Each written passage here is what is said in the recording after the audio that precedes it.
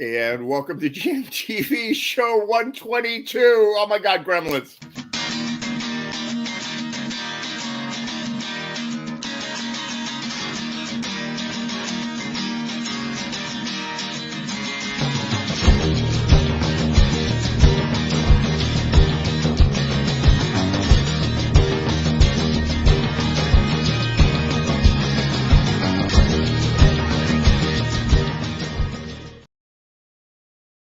Hey, everybody. I remember the early days of GMTV, the earliest days. The internet was broken. The bandwidth was bad. Nobody's computer worked right. Like the job of running GMTV in those days in the beginning of the pandemic was just to keep the plane flying. Like it was like, we're coming in, we're going to hit the mountain. Right? Like, but usually we kept the show going. Tonight we're having audio issues with our good friend Bill Noman.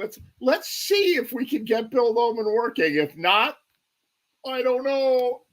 I'm hearing you. You're hearing me. Yay, yeah. Bill Noman. How you doing, man? Good, but look how far we've come with our expertise. Look how far we've come. We look good. We sound good. I did nothing except go out and come back in. I'm eating my fried chicken, right? And I'm like, yeah, my fried chicken and my phone. And I'm like, oh my God, like it's 7:29. That's how far we've come. So how you been? Good. Hold on, I'm bringing everybody on. I'm bringing Will Baird on. Hey, there's me. How you guys doing? Hey, Will. I already said to Will, it's like I don't know if the space program is like this. If they're like, oh God, the flight commander has flu or chicken pox, we gotta like send you up. Can you go up to the moon today, Will Baird? I already hired Will to be the opening song, but now we don't. Sorry, Will, you're always number two. It's Bill. Bill is. It's our tradition. This is our. The clan must have Bill start. It doesn't. It's just not right otherwise. And I don't know whether like many traditions, it's like. They just do it long enough until it just annoys everyone so much that they then do it 5 more years, Oh my God. I don't even know what we're doing. But it is, if people knew what happens in the last 5 minutes between 7:25 and 7:30, what, Bill, can you hear me? Can you hear me? This is the stress level. My stress level, of course, when COVID hit, everybody's stress level was up here, right?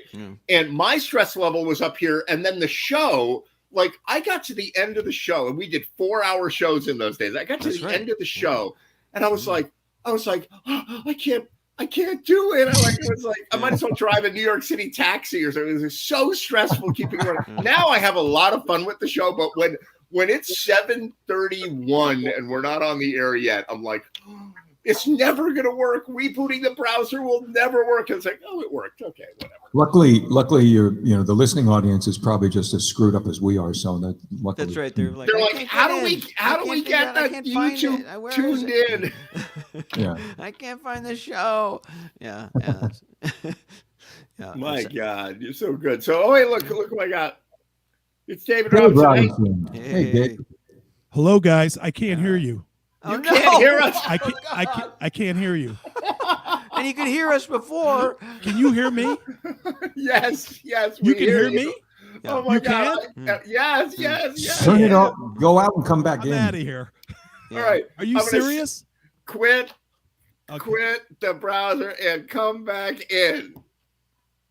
It worked for Noman. You worked for Marsha. Yep. Okay, you got it.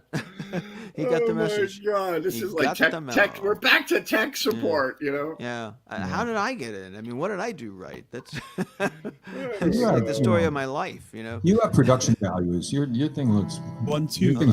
Testing 1 2. How about now? You got us? God. I still can't hear you. What the hell? Yeah. Man, thank you, StreamYard. Oh my God! Volume on the computer. I can see moving. Volume on the computer. We had them before, So. Reboot. Okay. Will do. I love it when we do live tech support on. Did you have him earlier tonight? You had him earlier tonight during. Oh yeah, I was like, hey, how you doing? He's like, hey, I hear you good. Then boom, he disappeared. His computer. Yeah, that's right. Maybe I took his slot of something working. That's it, Oh, right? that's right. You stole his mojo. The mojo. There's only so many things that can possibly work at the same time. Is this here. good television, or is this only funny to us? Yeah. Probably. I have no idea. Audience, put it in the comments. Yeah. I never really hear from it, other than reading the comments, and the comments, haven't been as there haven't been as many of them recently, I think. But I never really talked to anybody about this. Like, what is it like? I have no idea. I mean, but actually, that's not true. I view these things afterwards, so yeah, I actually do know what it's like. But when you're not part of it, like when you're not doing it, it's sort of, I don't know. This is like slandering people with faint praise, right? I got. You look good with a question mark. You look Really? good. And who's you? Who's you? It's like we need to know who. That's John Ledbetter said that. I hope he comes on and plays. But, Well, let's see. Let's do some more tech support. You got us now? I stole some great songs. What do you Here, think? You got us? No. Turn the Wow. volume. This is my favorite symbol when people. do it's this. fun. I still can't hear you.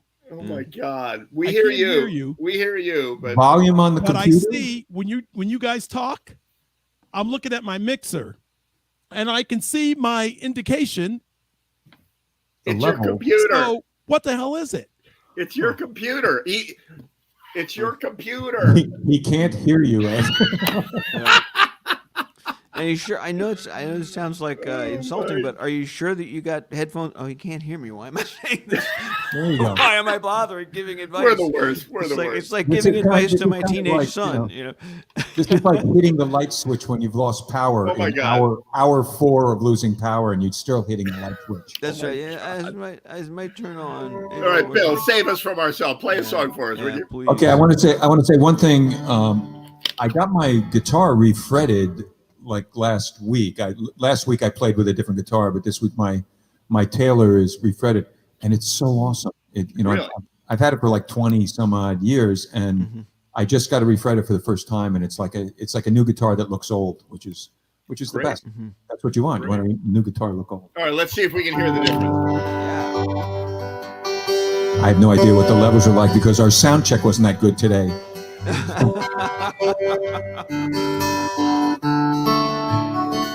Jolie, how do you do? Mon nom est Jean-Guy. I come from east, I've got to know. My name is Jean-Guy, ma jolie. J'ai une maison à la fontaine where we can live if you marry me. Une belle maison à la fontaine where we can live, you and me. Oh, Louise, jolie Louise, jolie Louise. Tous les matins au soleil, I will work till work is done. Tous les matins au soleil, I did work till work was done. And then one day the foreman said, Jean-Guy, we must let you go.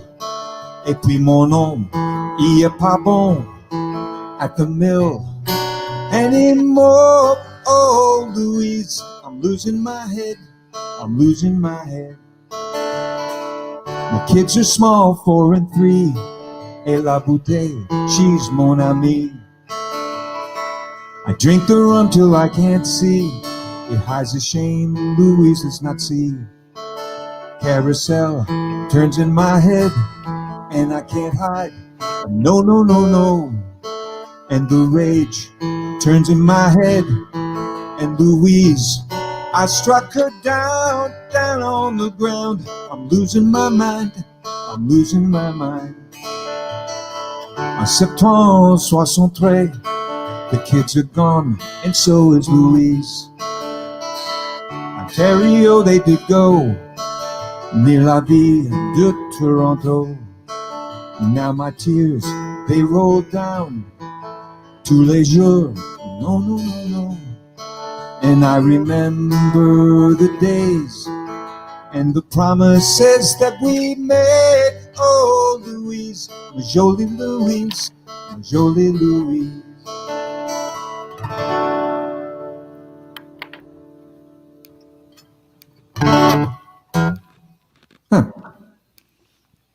Nice. I thought maybe the sound was off. What's happening? All right, yeah, that was great, beautiful. Yeah, So, it really was. so tell me about that song. What's the deal with that? That song was written by a very talented Canadian, Daniel Lanois, he's a great producer. He produced Joshua Tree. He produced "So" by Peter Gabriel. He's a top.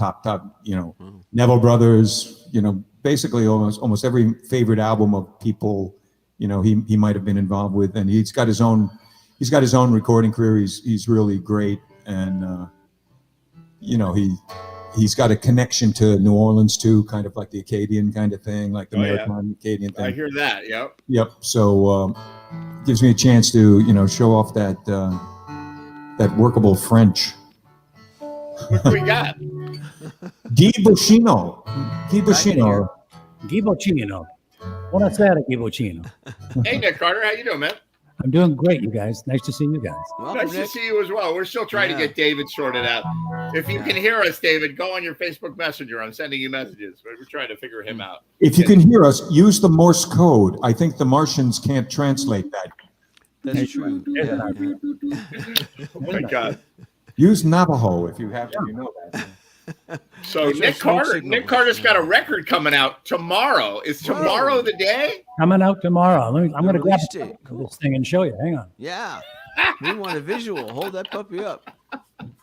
So well, while he's gone, But then he's gone. I'll go get it for you. it's like you never see that on Going out to the NBC. On garage. NBC, you Yeah, got that's not- like President Putin. What are you going to do about the war in Ukraine? He's like, just a minute, I'll show you a picture. Yeah. You know? Oh, I know. No, exactly. It's always great when you come back in the room and everybody's laughing. You got to know it's about you. Right? Yeah. It's like that game where if you're at the poker table and you can't figure out who the sucker is, right? Here we go. It's me. Hold it up. Hold it All up. right. Well, that looks Fountain like pen. like a wedding invitation for crying out loud. Thank you. Fountain pen, right? That's what it's called. Fountain pen, what it's called. There you are, the inside. Nice. Oh, it comes with a It's got a coaster. very You nice, can- clean look. that's a coaster. You can like take that out and put your beer on it. I'm just braced for all this kind of shit, Ed. It's good to see you. No, all good.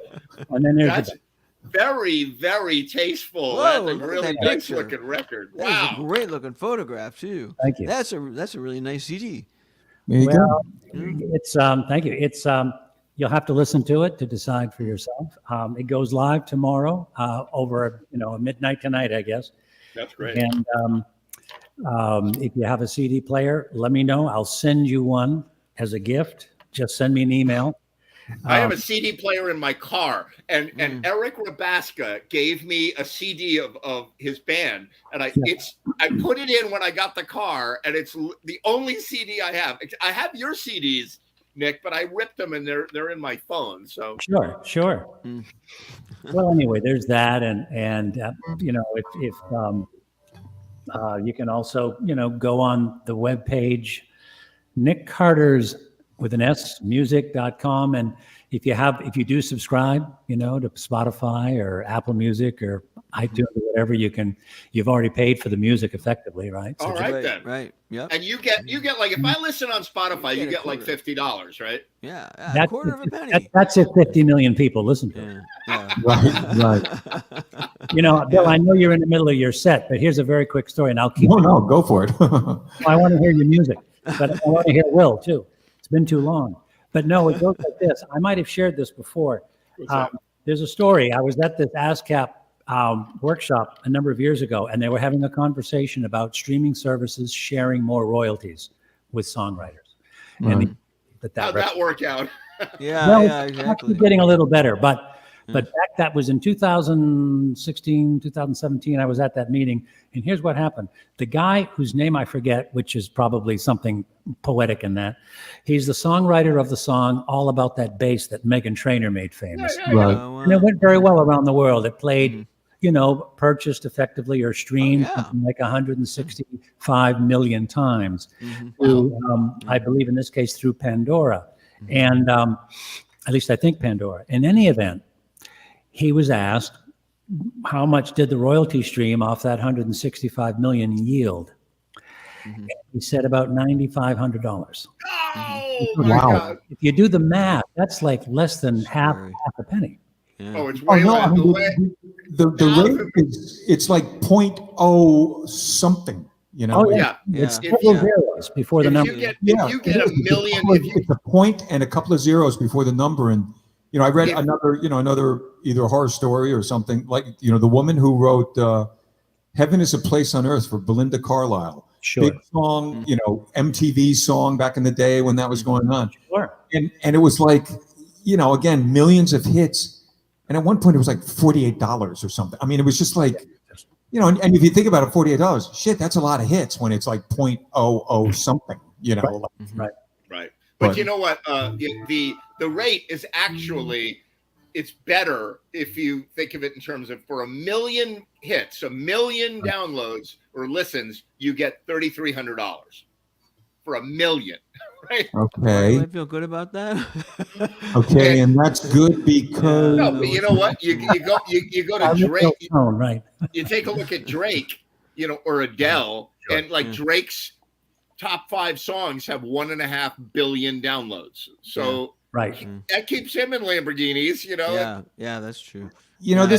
this is all like underneath this all too, you know, it's just it's an indictment to me of just the you know, digital, you know, just the internet basically, you know. And I was looking at something, I was at the gym last week and I see a scroll for, it was the last week or the week before, for the #1 movie in the country for that week. I hope I didn't already say this last week. I probably did, but you know, the number one movie in the country was something called Barbarian, which I'm not even really familiar with, but from the title, you sort of suggest that it's not like an Edwardian thing. You know, it's got to Right. be. I don't think it's from Disney. some Yeah. sort of thing. Yeah. #1 box office movie in America, $10 million. Like, does that even pay the talent? Does that even pay anybody? They got Yeah. 10 million, Yeah. like an opening weekend, they got $10 million. And they were #1. That would be that would be a Ouch. disaster. And of course, it doesn't, you know, it doesn't count streaming and all that stuff. But Right. still, streaming has used to be been a back to a end, movie? not a primary. You know, it used Who's to be. been to a movie in the last 2.5 years? Who has seen one? Who's How many? been to a movie? Yeah. Okay. The so movie how many- theater. The movie theater. I went to see movie one theater. movie. I saw Top Gun. Me too. One. There you go. I've seen a couple. I mean, I see anything that what's his name Anderson puts out. Yeah, I saw Budapest Hotel. Yeah, and yeah. Wes Anderson. Yeah. Anything Wes Anderson puts out, I'll see. You know, and usually anything the Coen Brothers puts out, I'll see. You know, Sure. I saw A Star Is Born, but I saw it with a woman, so it's not, you know, because it's kind Yeah, of. but that was 3 years ago. 3 years ago, you saw Star Is Born, right? You know, COVID. I got COVID fog. You're right. That was 3 years ago. I saw Top Gun, but I'm not inclined. Like, I used to stay aware of what was at the movie theater. I was like, I Yeah, even had an yeah. AMC deal pass where I paid a certain amount every month. I go to all the movies I want. But now, I don't know. I'll watch it on Netflix. And I love the movies. I love a big screen, and I love the popcorn. And even though it's $12. I mean, you know, to me, the big screen and the sound, they're absolutely it. The investment in like the lounge chairs and possibly service at your seat and everything, I don't give a rat. I mean, I go to the movie theater to like split. You get the tickets. I'll go in the popcorn line. You know, like you just sort of like work your thing. Then you get in time.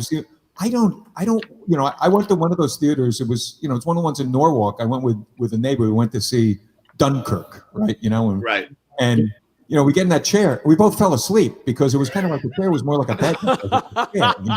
And there's- Maybe there was something in the popcorn. You know what? In Europe, in like Brussels or in Germany, you go to the movie. I remember, I think it was in Brussels. I went to the movies, and they had like reclining leather, cushy chairs, and they had beer. It's a girl coming around giving you, would you like something while they're watching the movie, right? Yeah. And so I go up to the front thing. This is 40 years ago, 35 years ago when I was a kid. And they said, well, we have 3 classes of seats. We have first class, second class, third class, right? I was like, well, I want the first class seat. It was like twice the money, right? Mm-hmm. So I buy the first class. I'm like, I want to sit close. I want to sit really close, right? I go in the theater. First class is in the back. Really? The cheap seats are up front. And I'm like, wait, I want my money. They're like, sorry, you bought the first class. You're not allowed to sit in the front. You know, you look up front of the theater, and there's a bunch of Irish and Italian guys doing jigs and having a great time, but it's Stewie. There you go. With little page boy hats on, and Yeah, right. Yeah. So That guitar looks like an award that you won. It looks like it's a. you know that thing. I'm not trying to boast it. I'm trying to the bird in the background doesn't appear up anymore. Yeah, for sale. 65, that's a 65 Gibson Dove. Yeah. Nice. Whoa.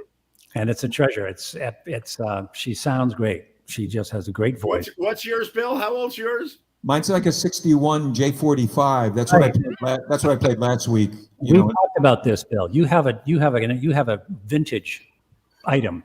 Well, I mean, 65 is vintage, but I mean, to me, given a fire, I run out with the Gibson before any other of my musical instruments, just because it's irreplaceable, really. Right. You know, or replaceable at a price that the insurance company wouldn't understand. You know. Right. I'm not sure, but. All right, play it. Let me hear that thing one more time. Come on. Yes, Bill. Nice. Unfaithful servant, I hear you're leaving in the morning. What did you do to the lady? She's gonna have to send you away. Unfaithful servant, you don't have to say you're sorry if you done it just for the spite. Did you do it just for the glory? Like a stranger, you turned your back.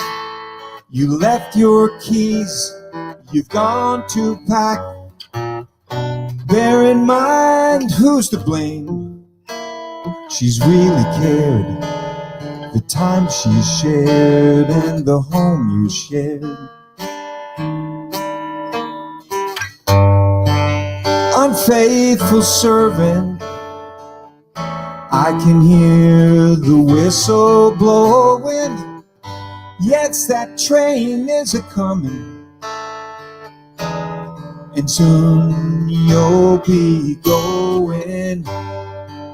Let us not bow our heads, 'cause we won't be complaining. Life has been good to us all, even when that sky is raining. Take it like a grain of salt.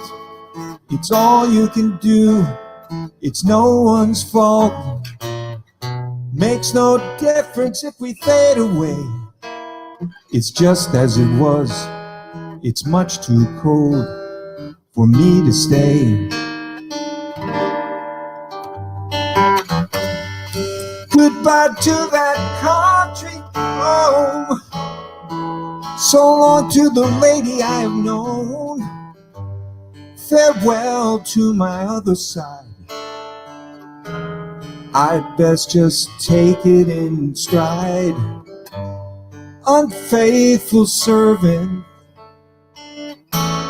you'll learn to find your place. I can see it in your smile, and yes, I see it in your face. The memories will linger on, the good old days, well, they're all gone. Lonesome servant, can't you see that we're still one and the same? Just you and me.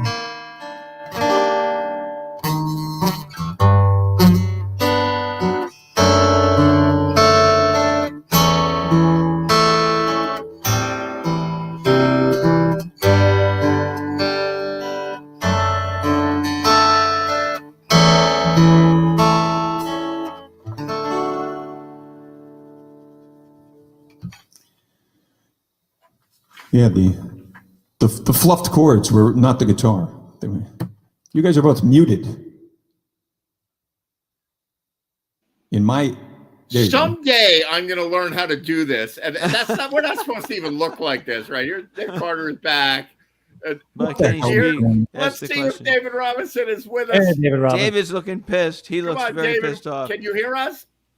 I can hear you, but I can't see you. Ah, I can't see anybody. It's I am so happy you screen. can't see The us. screen is black. Your Oh, that is computer is cold. doing something very, That is- very weird. That's on yeah. your end, unfortunately. It's on my So end. Okay, let me get back out. Reboot the whole computer. Will do. Sorry, He's guys. evil. Johnny Lenz, how you He's doing, putting man? some nasty stuff to you. Hey Let me- guys, Let me I'm just. sorry. I have some technical issues. I'm trying to get my speaker a little louder. Oh, okay. Let me just put it out there. Okay, Bill Noman. got it. Bill Noman. Good to hear your voice again, man. No, Great, thank Bill, you. you sound great. You sound great Yeah. in and amongst our tech support Good to hear glitches you. tonight. So Makes is, me miss Bill's the, steady. I think- So tell me something. So, all right. So I got to tell you a little story, right? So I started playing the ukulele recently, and I bought an expensive $84 ukulele on Amazon, right? For that kind of an investment, you better be serious. That's right. That's and right, it is yeah. beautiful. It is beautiful, right? It's mahogany. It's got a little curved edges. It's got bone bridges, whatever. It's awesome, right? So I'm playing it. I'm learning how to play it. I've never had more fun, right? So I go out to Colorado. I didn't want to bring it because it would get crushed on the airplane. And so my friend in Colorado went on his honeymoon to Hawaii and bought a ukulele in Hawaii. I'm like, oh, wow, that's great. Let me see it. And this is like a $600 ukulele, right? Because you hear about ukuleles that are like thousands with like parrots and brass or whatever. And I took his ukulele. I'm like, how could it feel any different? How could it sound any different? It's got to be the same, whatever. And I touched the chord. And I'm like, oh my God. Like, It was so this easy. feels like a Mercedes. Like, Yeah. wow. Like, you don't have to press hard and a beautiful tone. I'm like, is that what you like when you refret your guitar, Bill? Are you like, oh, it's new, it feels amazing? Well, it is that, but it's almost more of an intonation thing. Like it's almost, when I got this thing done, really every fret had a deep rut in it, like all the way up the neck. I hadn't done it in 20 years, and so it was really more. It sounds more true now than. Yeah, I'm due for a fret The job. notes are right. Yeah. And I was so happy I did it. I go to a guy who used to work at East Coast Music named Barry Lipman, and I know him. I like Barry very much. And the funny thing about having a tailor, the first thing I learned about a tailor when I went up to him, I wanted to have my action done maybe 5 years ago, was it 6 years ago maybe. And I expected to have to leave the guitar there for months and, or whatever, or weeks or whatever. And I bring it in there and it's like a freaking NASCAR crew. He comes on and goes, zoop, zoop, zoop. It's a bolt. I had no idea it was a bolt-on neck, and it was like, zoop, zoop, takes it off, puts a shim in, zoop, zoop, puts it back. He goes, how's that? And I go, could you get it a little lower? Zoop, zoop, takes it out, zoop, zoop. It was like 40 minutes. And That was at $400. There's no food, there's no nothing. And it was like the way, and I was sort of like, okay, at that moment in time, I had like my feeling about tailors like elevated, like, because it was like, that seemed genius to me. I mean, electric guitar, we're used to that, but. Yeah, to be a certified technician for them, you got to go through a lot of shit. Yeah. There's only one guy in Boston, and the guy is like buried under this store. I can't even say what the store is, or they'll kill me. And I was lucky because I went to college with the owner of the store, and so he So said, you got the code word, like he they said, open the you little should see window. Ben. Like, Louis. Now, Will, where'd you go? I'm from Boston, and I need a fret job on my tailor. He can't tell you. Sorry. Yeah, it's they'll a kill me. confidential. Need to know basis. No, it's a guy named Ben, but he's underneath Music Go Round, which is in Framingham, which is like a used music store, a really good music. But he's not In Boston? like, Never heard of you it. could try calling them and seeing, but when you get there, first of all, you make an appointment. You don't just bring your guitar by and leave it off. You're going to be there for an hour because he's going to teach you about your guitar. And you go in and you say, I'm here to see Ben, and they go, who sent you? And you're like, well, Phil, he's the owner of the stores. All right, wait here, and the guy goes downstairs and he comes back up and he says, all right, come with me. He takes you like halfway down and there's another guy there to meet you. And he says, he's here to see Ben. Like, oh, Did he okay. sound like And Putin? Have a like scary Russian accent? And you feel like sense. you're gonna find like people being tortured and waterboarded and stuff. I mean, it's just something really creepy about this cellar. It's like really dark, and then you finally get to the door, and you know that this guy's on the other side of the door, and you're expecting like this monster with tattoos and like who's like half burned, whatever. And this guy opens up the door in a V-neck sweater and a button-down shirt and says, "Hi, I'm Ben." And you're like, "You're Ben? I passed all those guys who were all like, who you see or see, and you're the guy." This story sounds like Breaking Bad when like Heisenberg goes to see Puko or whatever his name was in the beginning, and he's got to pass all the tough bodyguards and whatever. Yeah. Puko. That was literally what it was like. I mean, it was like these guys, and not only that, but he said, "Here, you can go out my door," and I go out the back door and into the parking lot. It's like, you had a door, with the emphasis on go out. In other words, you can leave now. Yeah, you can leave now. I've taught you everything about your guitar there is to know. But the guy, he fixed the scratch that was in the guitar that that was bumming me out and made it look beautiful and charged me a fortune, but it was worth it. That's But okay. But you had to pass the test to see him. What is the weight of a British sparrow? I don't, it's 5 pounds. David, are you with us? I'm here. Hey, And you can hear us? I can hear you and I can see you. I guess probably. But you can't stand us. That's right. No, I love you guys. that's right. I Yeah, love good you point. guys. Yeah. I love you. You know better, Bill. I love you, my brother. I think, Ed, what I should have did, I guess I played so much drums and my computer probably necessarily, it needed to be, yes, it needed to be rebooted.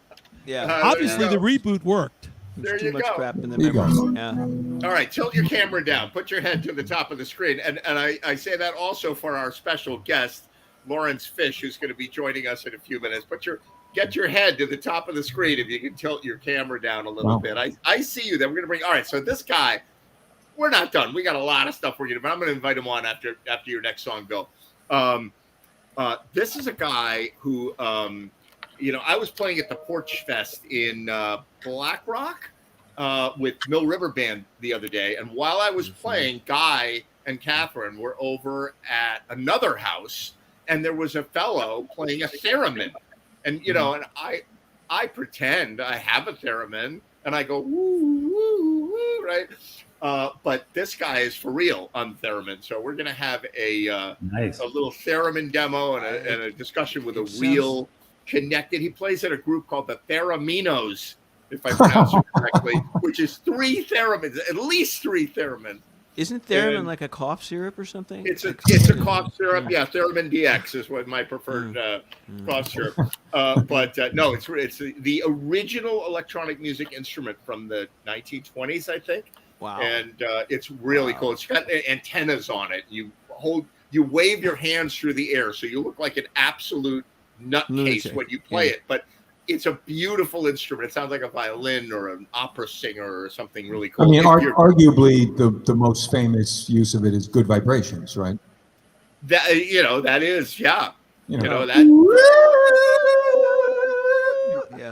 pretty cool. Wow. So we're going to bring him on in a few minutes. He's sort of repositioning and getting some lights turned on. Is he going to play the thereron? He's going to play the theremin. Can you believe this?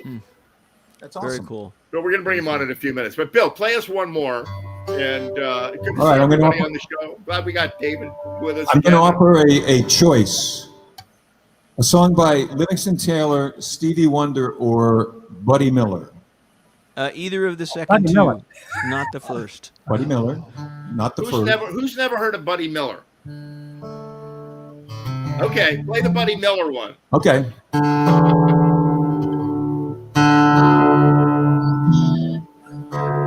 Anybody can do the friggin' Stevie Wonder one. Of course, it's amazing, whatever it was. What was it, by the way? It was a song called Blame It on the Sun. Oh shit. Yeah. Do that one. Oh.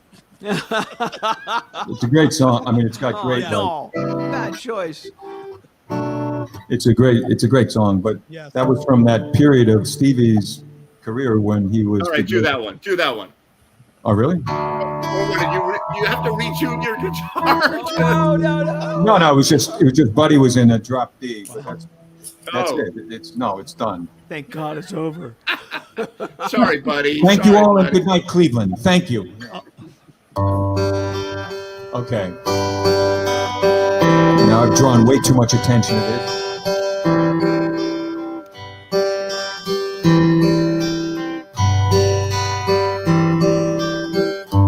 Where has my love gone?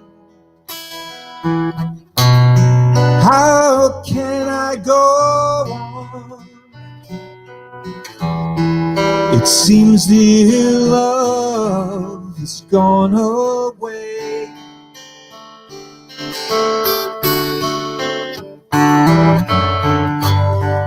Where is my spirit?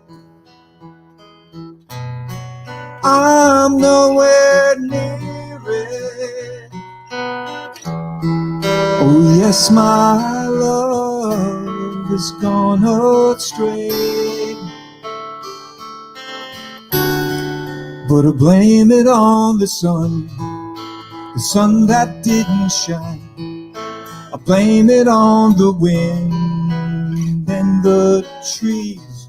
I blame it on the time there never was enough, and blame it on the tide and the sea. But my heart blames it on me.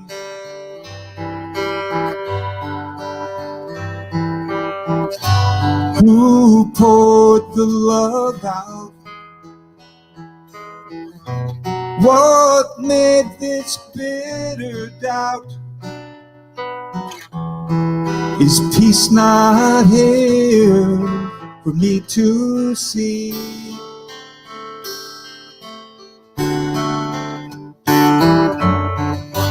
Wish I could tell you how bubbly feeling, but words won't come for me to speak. So I blame it on the sun that didn't shine.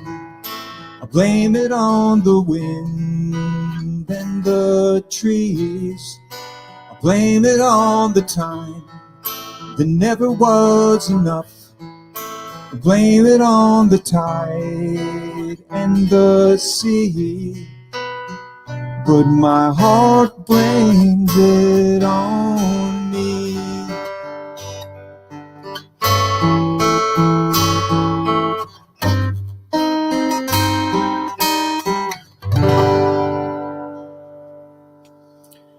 Shameless.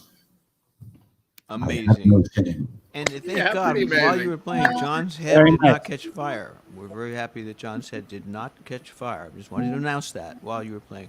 John was like All right. smoking was that a cigar, John, that you had? Oh. Did Can he say anyone hear hello like he doesn't hear us? We're back I to just Butler silenced Studio. everyone. It's like Will just knows how to shut down the party instantly. He knows the magic words, the magic word, and it's just like everyone's gone. We gotta go home. Goodbye. Right. That's a beautiful song. So when was that? What year was that, Bill? I'm going to say that's like 71 or 2. You know, like Stevie had those 4 albums in a row, you know, starting with Music of My Mind, Talking Book, Inner Visions, Fulfilling List, and one more, Songs in the Key of Life. So five albums in a row where his output is, in my estimation, as good as anybody's, including the Beatles, including anyone. Like he just, Phenomenal. you know, he just killed and did a lot of the stuff himself. Obviously, you know, he did a lot of one-man show stuff because he was a great drummer, fun drummer. You know, I saw him in the Boston Garden in like the early '80s, and he basically it was a long show, and he just kept bringing out more and more and more new stuff, more and more new stuff, and then at the end of it, you know, this guy comes over to help him out, and you're going, what is this guy coming over? What are they doing with him? And then you realize, oh my God, he can't see. You've forgotten because he was like so incredibly riveting and doing all this stuff. You forgot that he couldn't see. You know, it's amazing. well, he during that period of time, he discovered these 2 guys helped him create a lot of that music, and they introduced him to to a synthesizer that was, like it was in the days, it was as big as, the Pentagon, like the one synthesizer, but modular move. That basically gave him the box of crayons that he wanted, and his creativity. And I read some stories where he would literally call up. He was working on a song, and he called up this couple that was actually romantically involved, who were his backup singers at the time. Called them up at like 3:00 in the morning. He said, got a song, come on down. So they come on down, and he's working on the song, and I hope I haven't already told the story, but maybe I have. But anyway, he has them come down. They come in. He said, I'm working on this song, and it's kind of happening. It's not quite happening. And then he remembers an old Motown trick was always have the first line be the name of the song. So this is a song was "You Are the Sunshine of My Life," and then he realized that it was kind of cooler having that couple do the opening reading of the line, the melody, So that's why it's like the two-part, the guy-girl thing doing at the beginning, and then he goes into the song. But it's just like that kind of, like once he got out of the Motown factory, and it's not like the stuff he did for Motown sucked, but once he got out of that factory and became his own man, it was like that guy was a creative beast. I mean, still is, but I always marveled at listening to things like and some of and how the rhythms, how he would generate rhythm patterns off his black keys, among other things. Yeah. Clavinet, like Superstition. It hadn't quite been used like that quite. There were some people that used it. I mean, the band used it a little bit, but there, it was kind of a new thing. And the one thing that was funny in this article was that he couldn't friggin' figure out the guitar. He couldn't do it. Like he could play everything else basically, but he couldn't play that. Yeah, but he got a Hohner clavinet. You're done. Were you watching Grammys? Were you watching Grammys the year Paul Simon finally won a Grammy for Best Album or something, and he thanked Stevie Wonder for not making an album that year? I mean, talk about a supreme compliment. Yeah. Yeah, that's great. All right, guys. Bill Noman, that was fantastic. Yeah. I know we got a full studio of people, but I'm going to bring on our special guest because he's standing there. Is right. Oh my God. So playing the greatest hits of Lothar and the Hand People, who ladies and gentlemen, Lorenz Fish. Here he comes. Hey there. How are you? He's muted. Oh no! Another one. Mute It's yourself. another one. Come on over. Come to the dark side. Yeah, there you go. Okay, now we got him. Whoa! Say something. Can we hear you? Oh my God! I heard that. He's with us. That was not one of us mocking you. That was you playing the actual instrument.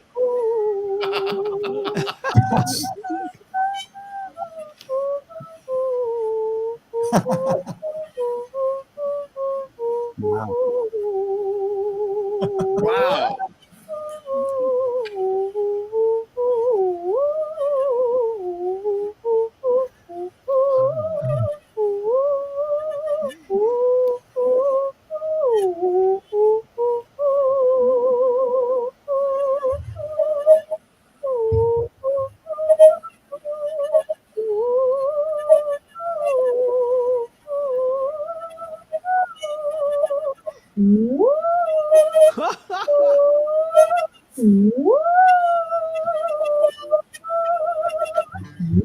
There we go. That was the money line right there. Oh my God! That is the coolest thing I have ever seen. So cool. First of all, I've worked with trombone players before who just go whoop, whoop, whoop, whoop, whoop, and they can't get a note out. But you're actually hitting the notes. You sound great on that thing. Nice to meet you, Lorenz Fish. Thank you. Absolutely amazing. And he'll never need a fret job, which is great. This is My true. God, you're more in tune than Bill Noman with his new frets. Not hard, but Wait, what's the name of that instrument again? My wife was bringing my dog in. She said my dog was fascinated. We visited. I took this. This is a Big Briar, which is Moog's company when he lost control of the name for a while, a couple of years. Big Briar Etherwave, circa 1999. It was a Christmas present, a kit, and the wacky paint job was while I was shouting the electronics. I was goofing. Here, let's see that thing. Let me see that thing. I'm going to zoom in. Wow. So that's an ether wave. That's a beautiful thing. Wow. And so you don't have to be in proximity of like a pole or something. Are those pads, are they sensitive to where your hand is? Oh, No, it's the antenna. Oh, that's just they're all decoration. antennas. Okay. The only thing that's functional are these two antennae. The Oh, Oh, now, so it's in between. You're in between them, and that's what's doing so it. you can't. Let's see. You guys can't see the instrument. Let me repoint Yeah, the we can. camera a little bit. Yeah, that's Balance, right. you can see it. Basically, what happens is the vertical antenna, the closer you are to it, the higher the pitch. And the further you are away from it with your hand, the lower the pitch. And the one on the horizontal one handles volume. So if you're touching it, it's silent. And if you move away from it, it gets louder. So you control the volume and the pitch by waving your hands around. Did I get that right? You are correct. Volume. what about that sound that you made?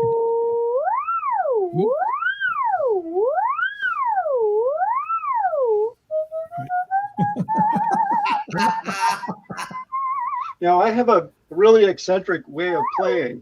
If you go look for the world's best, they're doing other things, and their theremin's usually up here. And they're playing up like this. And Leon Theremin, you see pictures of him 100 years ago. His instrument's up here, and he's making these huge grand gestures up in the sky. I found that to be ergonomically, unsustainable years ago, and developed this kind of relaxed style down here. It also enables me to do some wacky things with the volume antenna that most people don't do. These really rapid notes. Usually you're playing on top of the thing, and you got two motions for every note. 1, 2, 1, 2, 1, 2, 1, 2. And if you play off the side, I get a note for every motion, one below and one above. So don't expect any other player to look like this when they're playing. They Wow. do more traditional stuff. That's But fantastic. So that is truly like a fretless instrument. You have to find, there's no quantization on that instrument. You don't, it doesn't help you get close to the note. You just have to make it happen. I mean, how long does it take you to be able to play a melody on, like sort of semi-precise kind of thing, The Right. best answer I heard was from Coralie Echinger, a world-class woman in Switzerland who's done some very imaginative things with her CB signals out of her theremins with some synthesizers. But somebody asked her, well, how long does it take to learn how to play the theremin? And she says, it depends on the quality of your hearing. If your hearing's bad, you can learn to play it really quickly. So I don't know what to say. I've been playing 22 years, and I'm a pretty good feral amateur.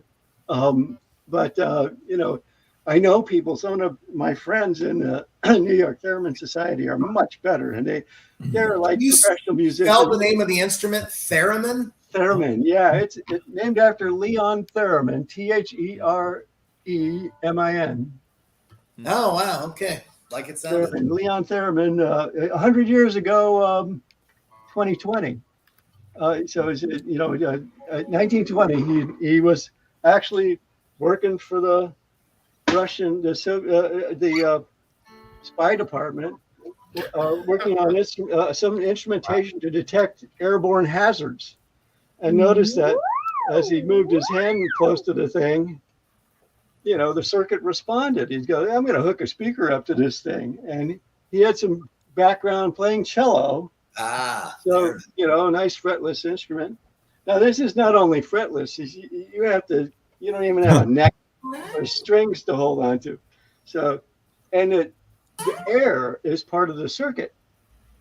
If the humidity changes, the temperature changes, you do your sound check, and then all the people show up and they're breathing, it can get weird. All right, I have a question for you. I have a question. Go, Nick, go. Hey, I'll keep it quick, Ed. Thanks. Lawrence, you have two hands, two axes on which you work your melodic ideas. What's the job of your left hand and the job of your right hand when you're in Oh, sure. We'll go back to the basic. The left hand is controlling volume. The farther I get from the antenna, the louder it gets, up to a point. The vertical antenna is the pitch antenna, and I'm going to do this exaggerated from the side, so you can see. The closer I get, the higher the pitch, and the farther I get, and I'm usually playing back here. Right.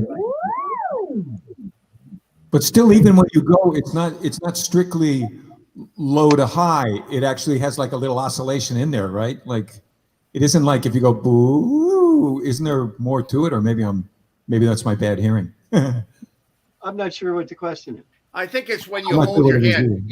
What you're hearing, Bill, I think, is that you try to move your hand carefully like this. You're still shaking a little. You're still moving it inconsistently. Holding a steady note. You're being absolutely steady. Yeah. Now, it's actually quite common to toss a little vibrato in there, a little bit of hunting. You kind of hunt for your note, the center.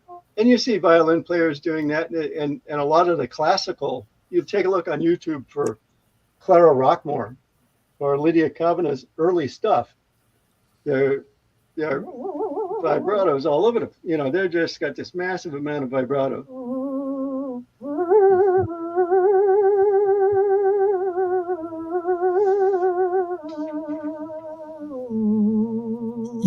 When you first came on, it almost sounded like it was talking. Like it almost. Yeah. It almost sounded like Alvino Reyes talking guitar. Like that kind of thing. Yeah, and actually, there's a few adjustable. The waveform is adjustable on this instrument in a crude, completely analog way.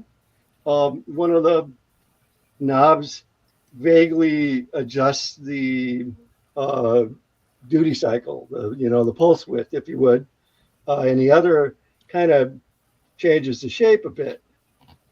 But if you tweak them, a certain way, you get a nice, pretty crispy thing that you can get some sound out of the low end. But up here, it sounds like a buzzsaw, and it can be irritating. At the other end of the quality spectrum, in a sense, is the mode I call Judy Garland.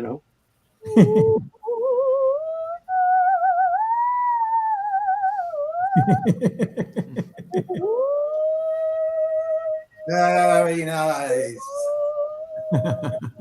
It does sound. That does sound like her kind of.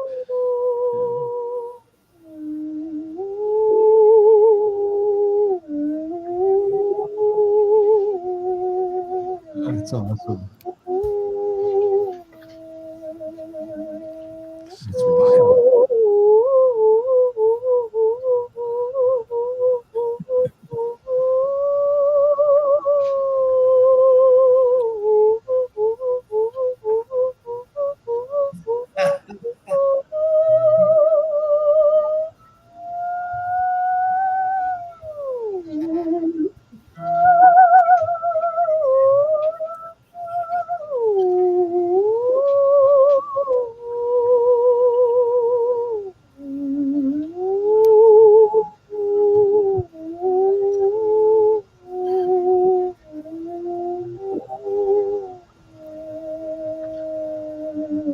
Now that's a totally dry signal.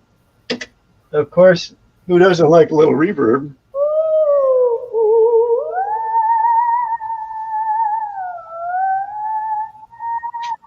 Etc. It's great. The best part, it sounds like you're playing an old movie, like you have a playable movie. Yeah. Sure. Oh, and you know this, and I've got to correct your trivia. Good Vibrations, the fellow who played it, Tanner, he's quite honest about it. He said, I was not very good at playing the theremin. So what I did is fix a brass strip across the back and hook that to the antenna and mark where the notes were. And he did this for the recorded, released version. Right, sure. and he called it a Tannerman, which is fine, you know. And you see any of the revival version, the band playing these days, they're on a theremin, usually one of these, an ether wave, a Moog ether wave, and they're playing one of those. So when you started playing Somewhere Over the Lake, it was like in the key of E, and I don't know if is that just coincidence or is that just the luck of where your hand happens to be, or do you actually? Well, maybe that's what the guy who did Good Vibrations did. He actually had to key it more specifically, but I guess played along with the YouTube a million times, and I don't claim to have perfect pitch, but I try to play the note I'm recalling and remembering of the maybe note. Maybe you have perfect pitch a little bit, you know, more than you think. You know, it's nowhere near perfect, but it's not bad a lot of the time. And since I play most of the time unaccompanied, which is a handicap because it's, you know, because I don't have a pitch reference, getting out of key is really easy. Avoiding it is really hard. But that's what I do. You know, I played. Here's my set list. We're gonna bring that up. Long set. Wow. Very And cool. all of that was unaccompanied. At the bottom, I have two things that I play along with something I have on a looper. So I improv on top of that. But as you know, that's what I'm used to playing. I'm used to playing unaccompanied. So I really do try to hit the notes. we've had a request for Spooky Bells. Spooky Bells. We have a big request for Spooky Bells here. Oh, sure. Yeah, play something for us. We would love to hear you play. Spooky Bells. Let's hear that. Okay, I give you a little background. That was played on an ARP Solus. Wow. Yeah, it used to belong to Alan Vega of Suicide, or it was his. It was his wife's, and it wasn't working. So I had custody of it for about 2 years while I fixed it and rehabbed it, and then I was goofing around with it and recorded that on that. That's awesome.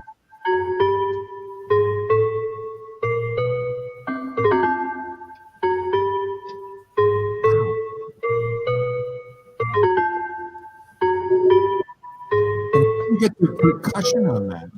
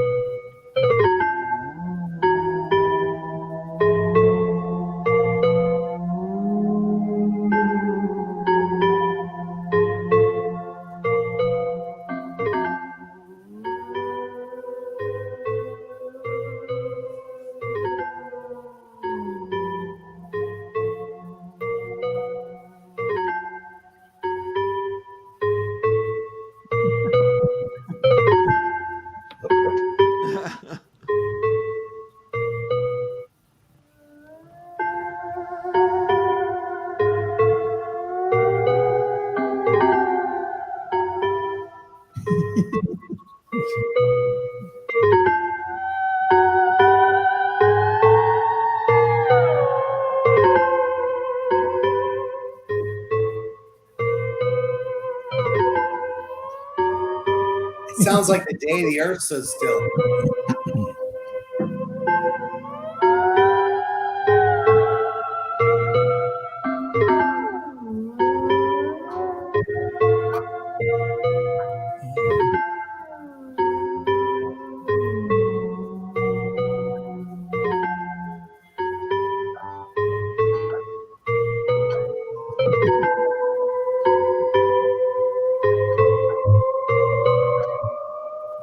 I feel like I'm gonna have bad dreams tonight.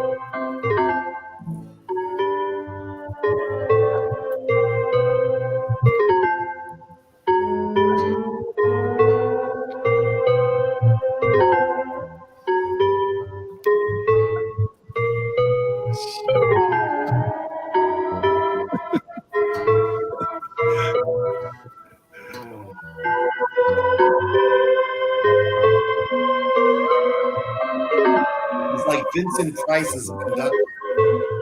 I'm jamming. I'm guessing he doesn't live in an apartment building. If he does, they're all gone. Yeah. There you go. There you go. Hit it again. Hit it again. Oh man.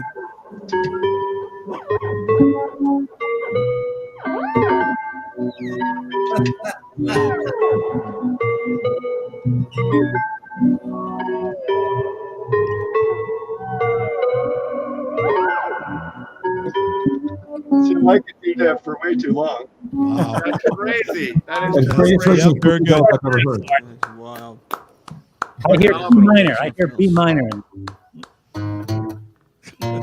That's terrific. That is really great. I love that. I hope you will come on the show over and over and play a song because it's very eye-opening to see that. Get it, Bill. Thank you. What a pleasure. I think you got it. There you go.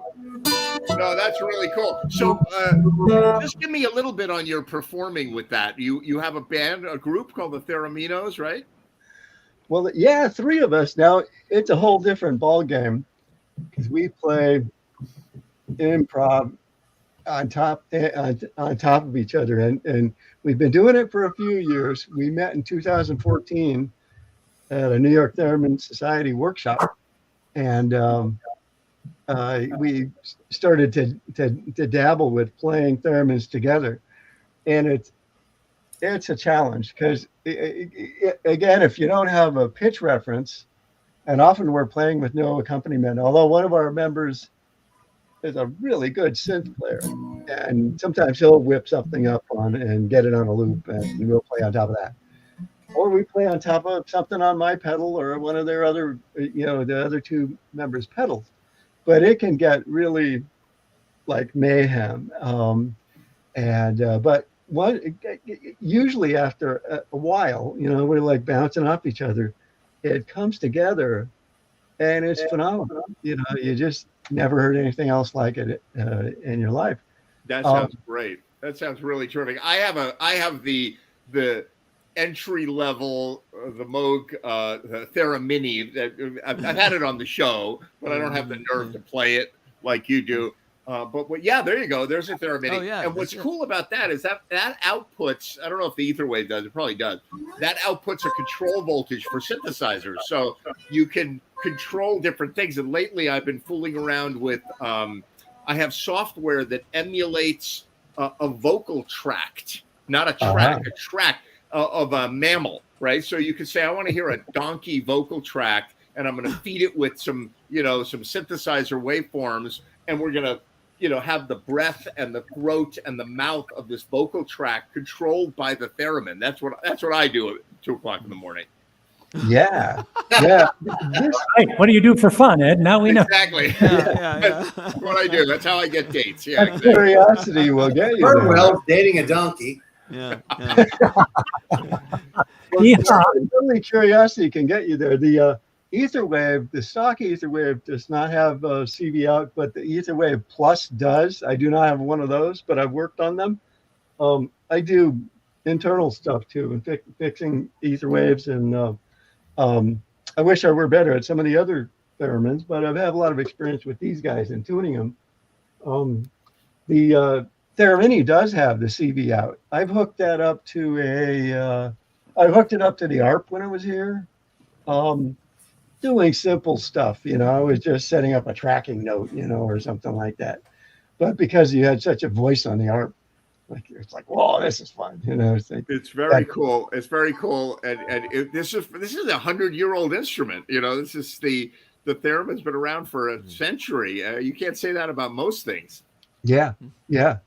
Well, if you want to see some real theremin CV action, look up that woman Coralie Ehinger. I did. I'm an absolute fan. I've watched every video she has on YouTube. You know what I'm talking about. Very Brilliant. cool. Absolutely and brilliant. not only that, but she, if anybody's interested, text me and I'll let you know, send you some links. This woman has it figured out. She does visuals that are connected to the music, and then also synthesizers that are controlled, and a real class act. She does a nice job. It would seem like you could link this somehow to a visual thing because it's waves or something like. I know Somehow, a guy who's doing that in Brooklyn. He, yeah, I mean, he just, I forget what you call that video synthesizer. Right. But he had that going for a while. I haven't been in contact with him for a year or so, but It's very cool. It's very cool. I want Yeah, to be. once you get it used to the CV thing. Now, there's also some people who just play this box as a gesture control, and input. Right. They're not, they're not trying to get melodic sounds or music out of this instrument. Cool. That's cool. A guy named Merzeg does these crazy percussive things, and he's got a couple of synthesizers hooked up, and he's going 1,000 miles an hour. It's fun. It's very cool. It's very expressive. So let me ask you this. I'll ask it in a non-insulting way, because I get this all the time. I show somebody the theremin and they're like, but you play a real musical instrument too, right? It's like, this is seriously, this is a real musical instrument. Did you play something before you played the theremin? Not really. Right. I mean, I love that. when I was a kid, I took piano lessons, so I have a little bit of idea of classical harmony. For several years, I played a completely ad hoc blues harp. I don't play very much of that anymore because it blows my hearing out. This is a Sadell Big Six, stainless steel reeds.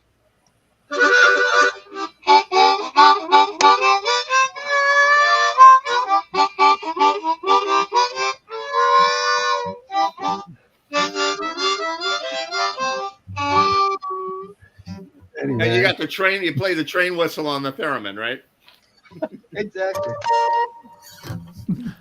That is really great. I love that. Well, Lawrence Fish, thank you so much for being on. I hope you come and join us again sometime. We do this every week, and we'd love to hear more about your theremin and what you do and see you perform more songs. That's really, thank you so much for being on the show.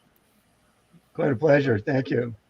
Really good. All right. We're going to be right back. And when we come back, we're going to talk to my good friend, Nick Carter, about his record that's coming out in 4 hours, 3.5 hours. And That's right, man. we'll be right back on Jam TV.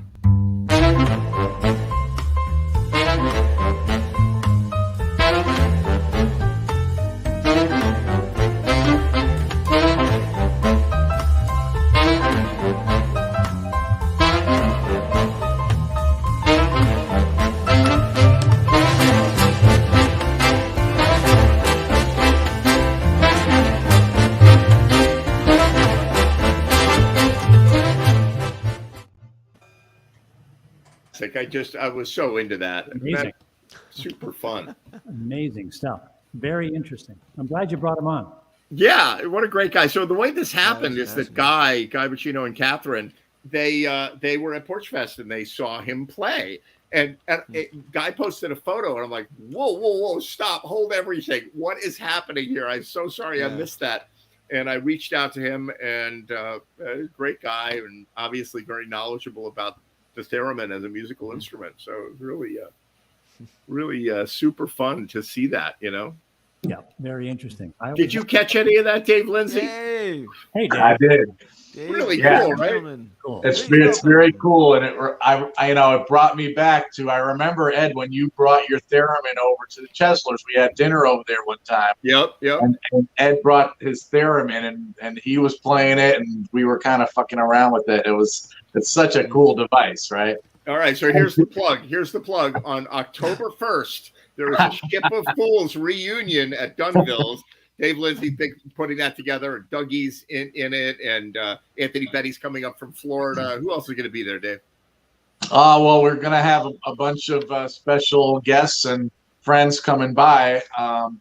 But that's the core group, the four of us, including you, Ed, on keys. Right. And And theremin. I'm going to bring my And theremin. theremin. There you go. I can't think of a band that needs a theremin more than that band, Ship and Fool. You know? That's going to be phenomenal. Can't wait. I'm going to start. And Sherry, I mean, we got to get Sherry. Like, I'm going to be the theremin player in Snap Crackle Pop. That's the plan. Yeah, that'll be fun. Scare the crap out of the entire audience. Dave and I were also at said theremin dinner. Right. You were at what? Oh yeah, right. Yep. The Yep. theremin. Yeah, so I brought it out. It's now on my desk. And I bought some mounting hardware. I can put it on a cool stand that I have. Part of the problem with the theremin, it's like you can tune a guitar and it'll stay in tune more or less, right? A theremin, if somebody is standing near you, the whole thing goes wacky. You have to recalibrate it, and you have to, so if you put it on a table, I remember at the Duck, I brought it to the Duck once, and I put it on a metal music stand. It doesn't work. Like the metal conducts, and people were walking around, and it was doing crazy stuff because it's radio waves. So like the only I thought that was fascinating what Lorenz was saying about like the air, and if it's humid or the whatever the air does has an effect on the sound, right? That's really cool. I wouldn't have expected that, but that's a fun fact. You know what I want to know, Lorenz? Tell me, have you ever had interference from like a cell phone or a computer or other personal electronics? Other electronics, but more. You got to worry more about like transformers or or the refrigerator going on, a microwave, and depends on the theremin too. Some are. Fortunately, the ether wave is really pretty robust with environmental EM problems. Theremin is kind of at the other end, is like very feeble. Anything going on, you don't want to put. You can put now the benefit of that, the feeble radio circuits on those is you can put 10 of those in a room with kids for a class, and they will work. They'll each work, but you put one of these in that same room and the side of the room where this is, they'll all be stuck. Right. Well, Lorenz, you're probably the only musician in the world who, when you bring someone new into the band, you have to ask them, do you have any metal in your body? Yeah, right. The theremin's a metal detector, what can I say? Yeah, exactly. It's a musical metal detector, The people That's at the TSA would love it. It'd be much more entertaining. It sings to you. It sings to you while it frisks you. Right? I couldn't believe it. I have a really small, one of my theremins is very portable, and I throw it in, it fills up half a backpack. And when I've traveled with it, when I first started to travel with that, I was still carrying a few harps. When I traveled, they would stop me and to take a look in my bag to figure out what the harps were. They're like, they don't care about this exotic weird thing, and it's it's like a radio, right? What the hell? Antennas, look like they could be, hazardous. I don't know. Yeah. They were asking about the harmonica.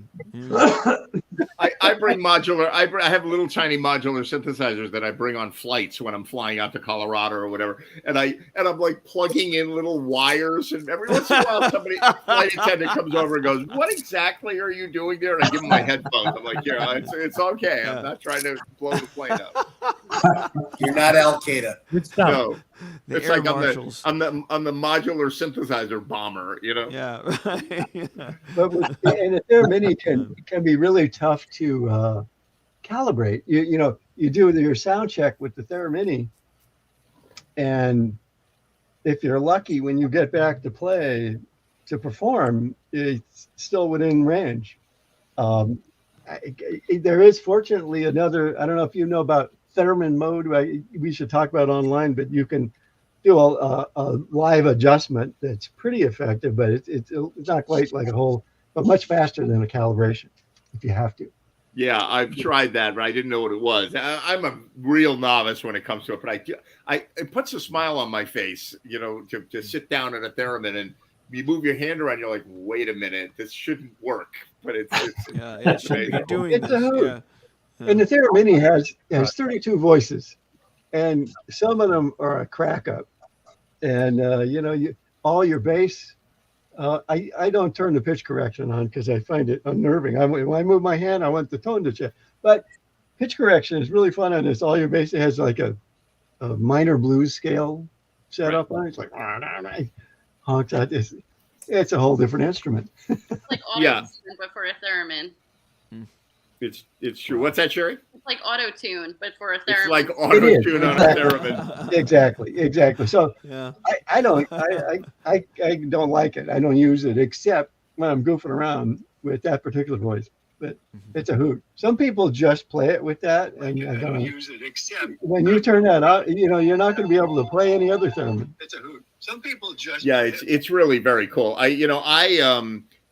For years, I would perform. Hold on, I got to turn my radio off here. All right, I use this app. You may know it, called Thumb Jam. Have you ever used that?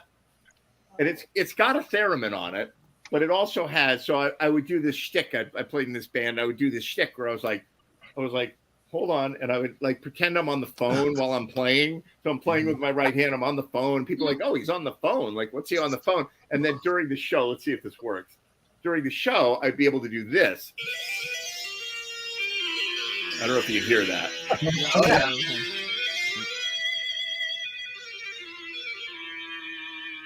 So it's kind of a theremin with pitch correction on a phone, and there's theremin patches on there. So I don't know. Gesture control. Yeah. That's exactly it. People new like Theraphone. He's playing a theremin on his phone. Theraphone. So good. Theraphone. Good stuff. All right. So I said we come back and we talk to Nick Carter, but I'm so in love with the theremin now. Nick Carter has an exciting day. How long have you been working on this record that's coming out in 2 hours and 15 minutes? No, 3 hours and 15 minutes. Well, great question. Thanks for asking it. And I want to say to Lawrence, when my next project comes out, I'm going to look you up, my brother, because I want to have a theremin in my project. The first song on the album was probably first written 2 or 3 years ago. And then I hooked up with people and interviewed with people on other songs. And ultimately, the actual recording project was a year ago. Okay, the songs got written, and I went into the studio for the first time about 11 months ago. And then we mixed it and went to work through the winter to do some of the fine tuning and the mixing and preparing mixes for folk radio as well, which is a little different than what you'll listen to on your stereo in your car, because folk radio mixes are meant to be a little bit more agreeable, a little bit more balanced between bass and drum and voice. But anyway, it was a year ago. I mean, the song's been written. I've been writing the songs over the last couple of years. So give me an example of 3 songs that are on the record, because we hear a lot of your songs on here on JMTV and live when we did it live. Sure. Well, there's a song called Fountain Pen, which is kind of a lament, which I really am proud of. There's a song called My Guitar is My Compass. I sent you a video. I don't know if it's going to be usable, but I sent you one. Yeah, we're going to play it. Okay, and that's one of them. Another one is Rumble of the Train, which I played here. Love it. And there's a couple of others. I mean, Old Fashioned Girl didn't make the cut because we had to do some remixing on it, and it didn't make the album, but it was the next album. I would have thought for sure that would be on the record. That's like one of your big hits. Yeah, it'll be a bonus track at some point, I think. But there's a bunch of others, but those are the 3. Sort of quick example: Guitar is My Compass, Fountain Pen, Comfort in Your Cup is on it. Stuff like that. A song called Old Hat is on it, and several others. But it's all right. We're going to play the lyric video right now from My Guitar is My Compass from the new record coming out tomorrow. Check it out. It's everywhere. And check this out.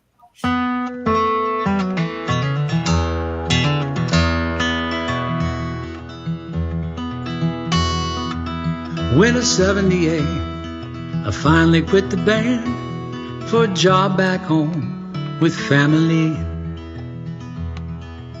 Just didn't see the trouble coming down as my guitar became a stranger to me. Fresh out of school, steady paycheck in hand, my pockets full of cash, an office in the field, helping farmers work the land. 3 good years before the crash. Then the market broke the farms, guards came calling for the keys and closed up shop. Watched the bridges burn. My hometown wasn't home to me. The right roads don't always lead you home, and wrong ones are paved with alibis. But if my guitar is my compass when I go, I'll find my road. And my songs will be the stars I'm guided by. Went to work on Wall Street, found no peace of mind. Started playing downtown bar. Finally broke away, left the suits behind. Traded stocks for tips in a jar. Right roads don't always lead you home. The wrong ones are paved with alibis. But if my guitar is my compass when I go, I'll find my road. My song will be the stars I'm guided by.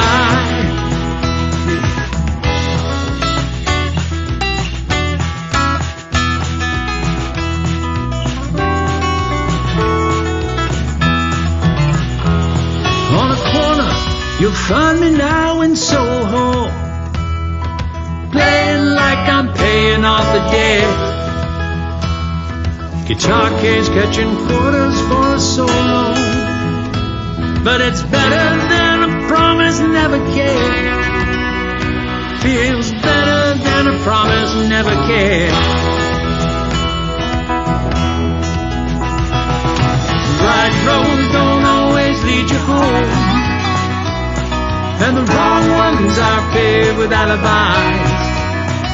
But if my guitar is my compass when I go, I'll find my road. Yes, I will. Right roads don't always lead you home, and the wrong ones are paved with alibis. But if my guitar is my compass when I go, I'll find my road. My songs will be the stars I'm guided by. Yeah, my songs will be the stars I'm guided by. Come, my friend, guide me home. Won't you help to guide me home? Help me find my road. Won't you help me find my road? Be my compass when I go. Take it out.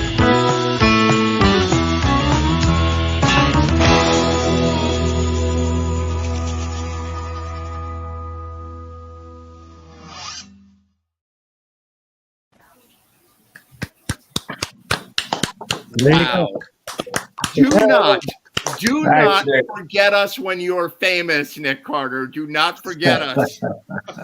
Well, I will never forget the crowd that's always been interested in my music, and it's this crowd on Thursday nights. So That's fantastic. That was fantastic. I listened to it with my headphones on. I was like, what am I even hearing? The mix is beautiful. I hear that Nashville sound coming through.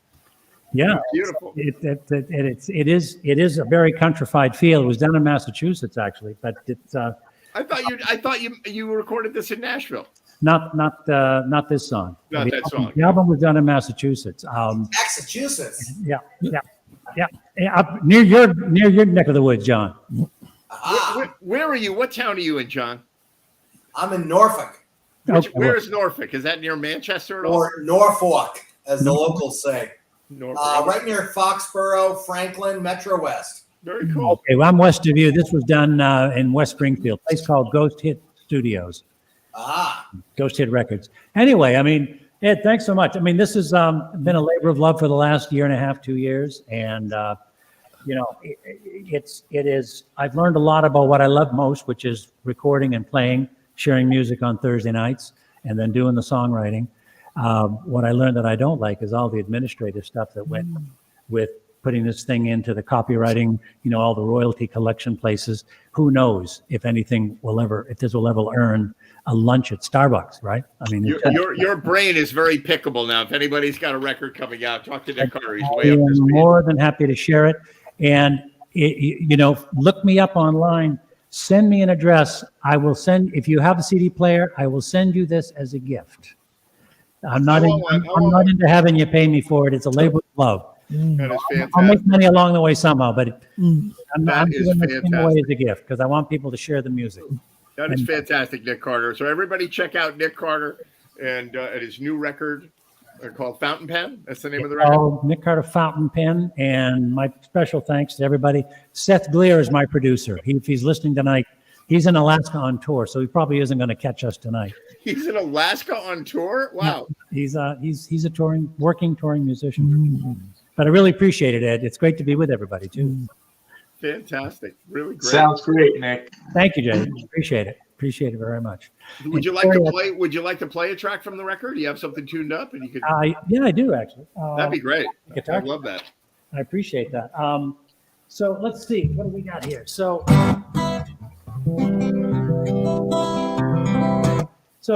there's a song that it's a little heavy, but it speaks. Can you hear that all right? It's called Handrail in the Dark, and it was written during COVID. But it's about rescue and recovery, and it's serious, but it offers a tone of hope. Here we go.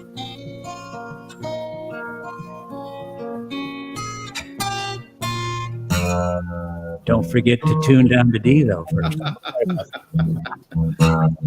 That's the coolest thing I've heard all night. I don't know sounds like a theremin. Second only to the theremin.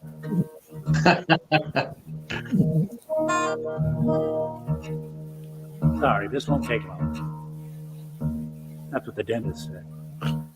Here we go. All right, thanks for your patience. This is called Handrail in the Dark.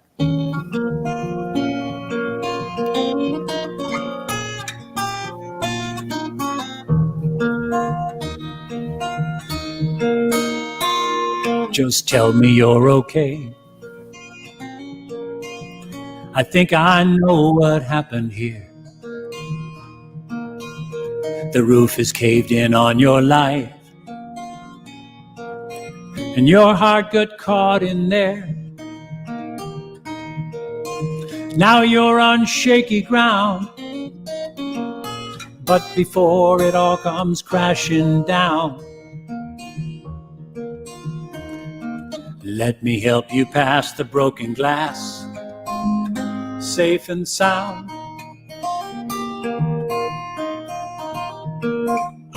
But when worry blinds your heart and faith falls apart and the night hits too hard,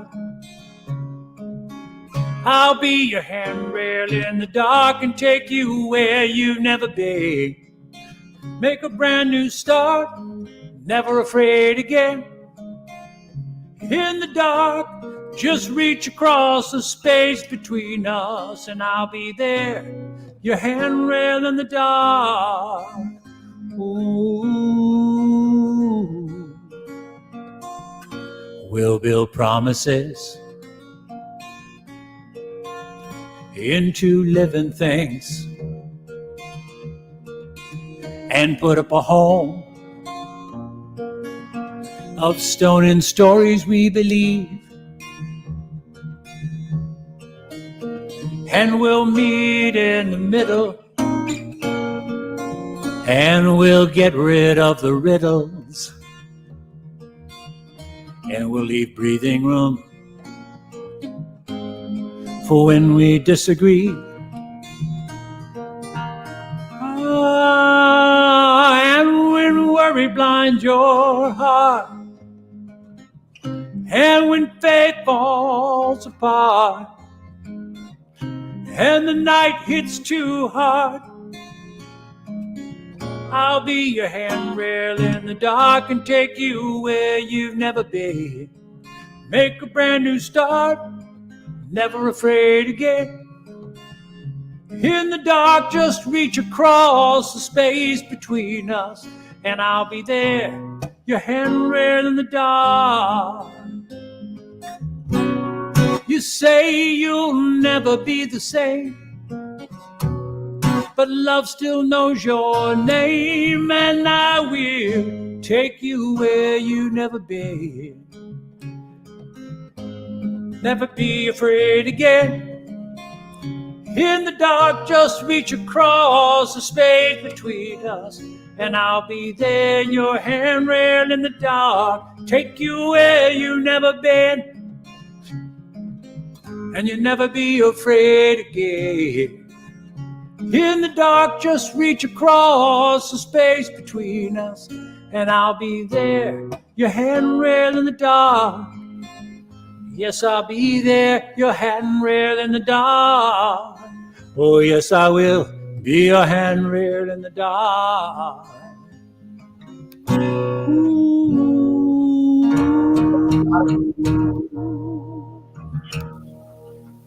Anyway. There you go. Fantastic. Wow. So good. You have a buttery voice, very buttery, smooth, and nice, you know. Oh, you're very kind. Beautiful. Very kind. Thank you. Well, it's great to hear the music with everybody. I'll say it again. Everybody check out the record that's coming out in, 3 hours? A little less than 3 hours. Just under 3 hours, I guess. Yeah. Hopefully the internet structures will hold together.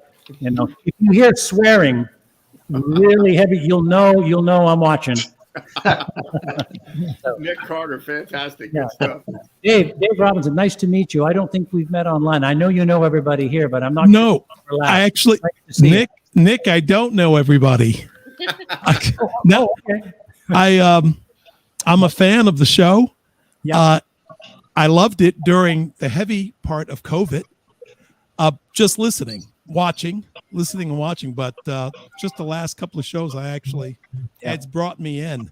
Yeah, it's great. David's a great drummer, and does a lot of videos that we can't show because he does drum covers. Oh, and he's all over the internet like a rash with his drum covers, and it's really great. But if you play it on the show, it's like, you know, the internet puts the screws on it. Right, the copyright police or whatever. Yeah, the copyright police. But yeah, now Nick Carter will not be able to do Nick Carter songs on our show anymore because the copyright police will strike. You know, I have a quick story to tell you.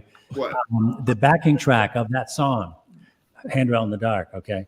There's a video in the song. It's actually, I hope you will get the album, if only just to hear this song. It's put together really well. And there's a woman who plays fiddle. Her name is Kelly Halloran. She lights the song up. She just takes it to a whole new level. It's just wonderful. But here's what happened. I placed her little segment on my Facebook page, okay? And guess what? The guy who was helping me manage my socials said, that song got muted.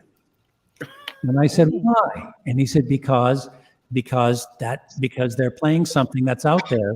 And I said, but it's me.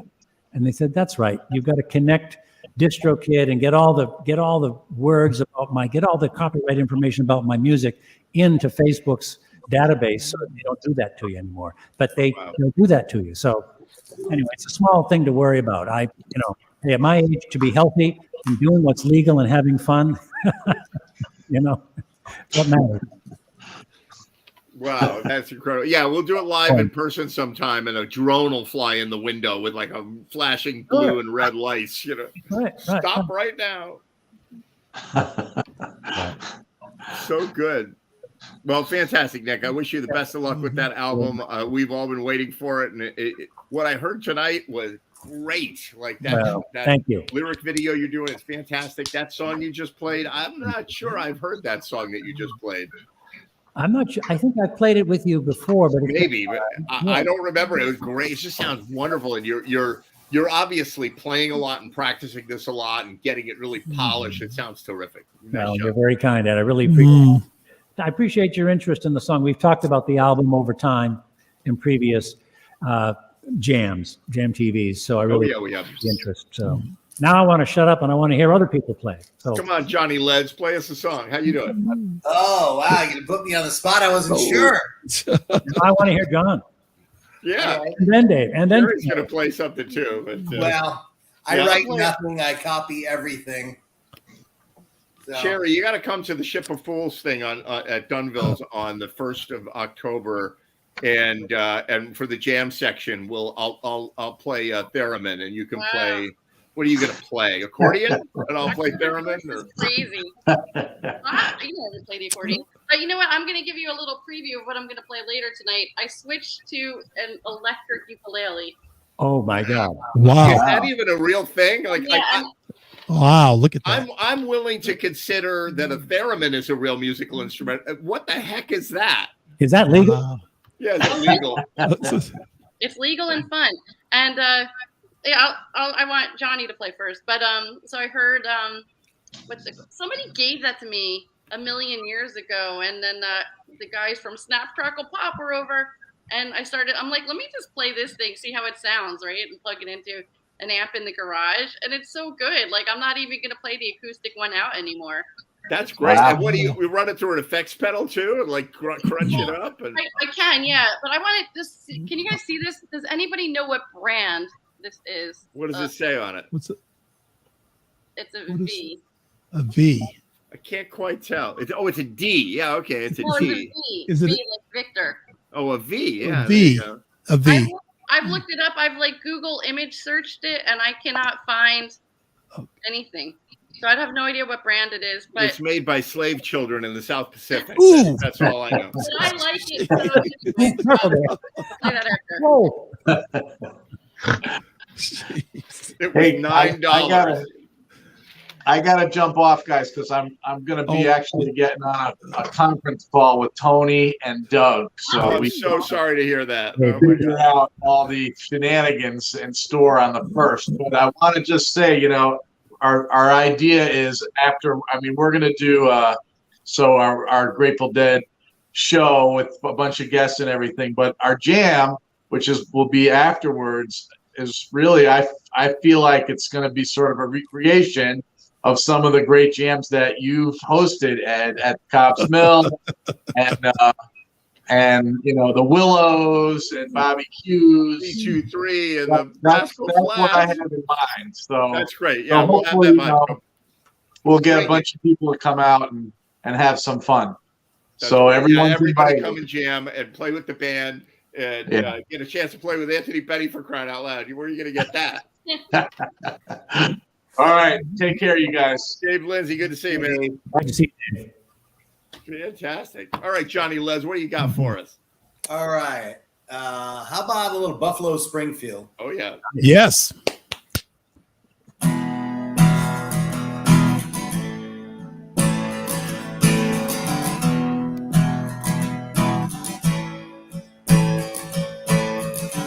There's something happening here. What it is ain't exactly clear. There's a man with a gun over there telling me I've got to beware. I think you stop, children, what's that sound? Everybody look what's going down.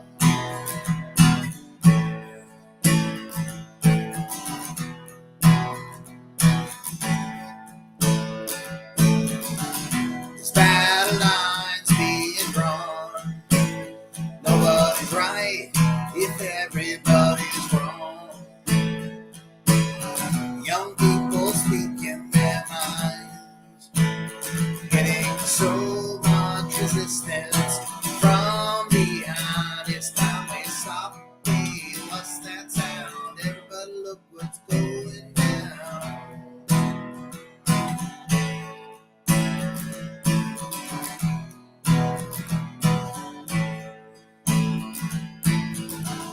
What a field day for the heat.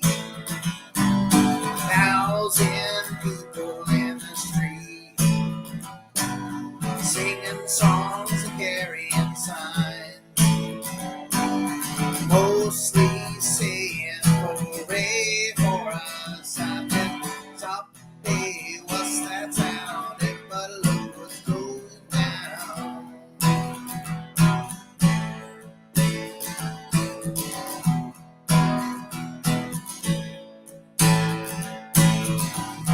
Paranoia strikes deep into your life.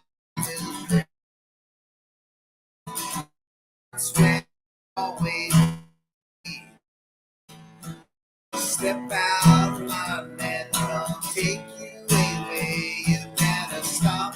Hey, what's that sound? Everybody look what's going down. And they go, better stop. Hey, what's that sound? Everybody look what's going. Better stop. Hey, what's that sound? Everybody look what's going. Better stop. Hey, what's that sound? Everybody look what's going down.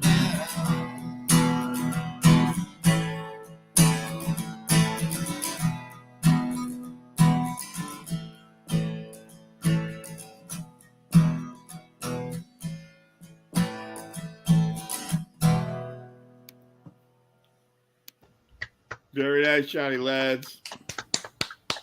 Well,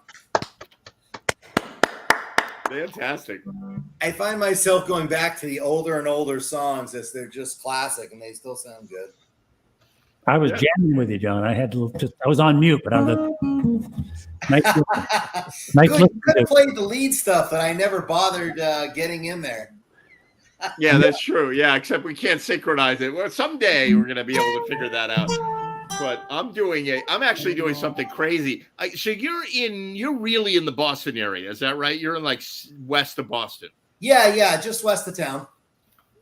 I'm going to Manchester, New Hampshire. That's not near you, right? That's like It's about like an hour and a half north. Yeah, right. I'm going there tomorrow after I teach in Bridgeport. I'm going to go there because I talked a music store there. First of all, they don't have sales tax up there. And second of all, I talked them into selling me this amazing keyboard for like really, really cheap.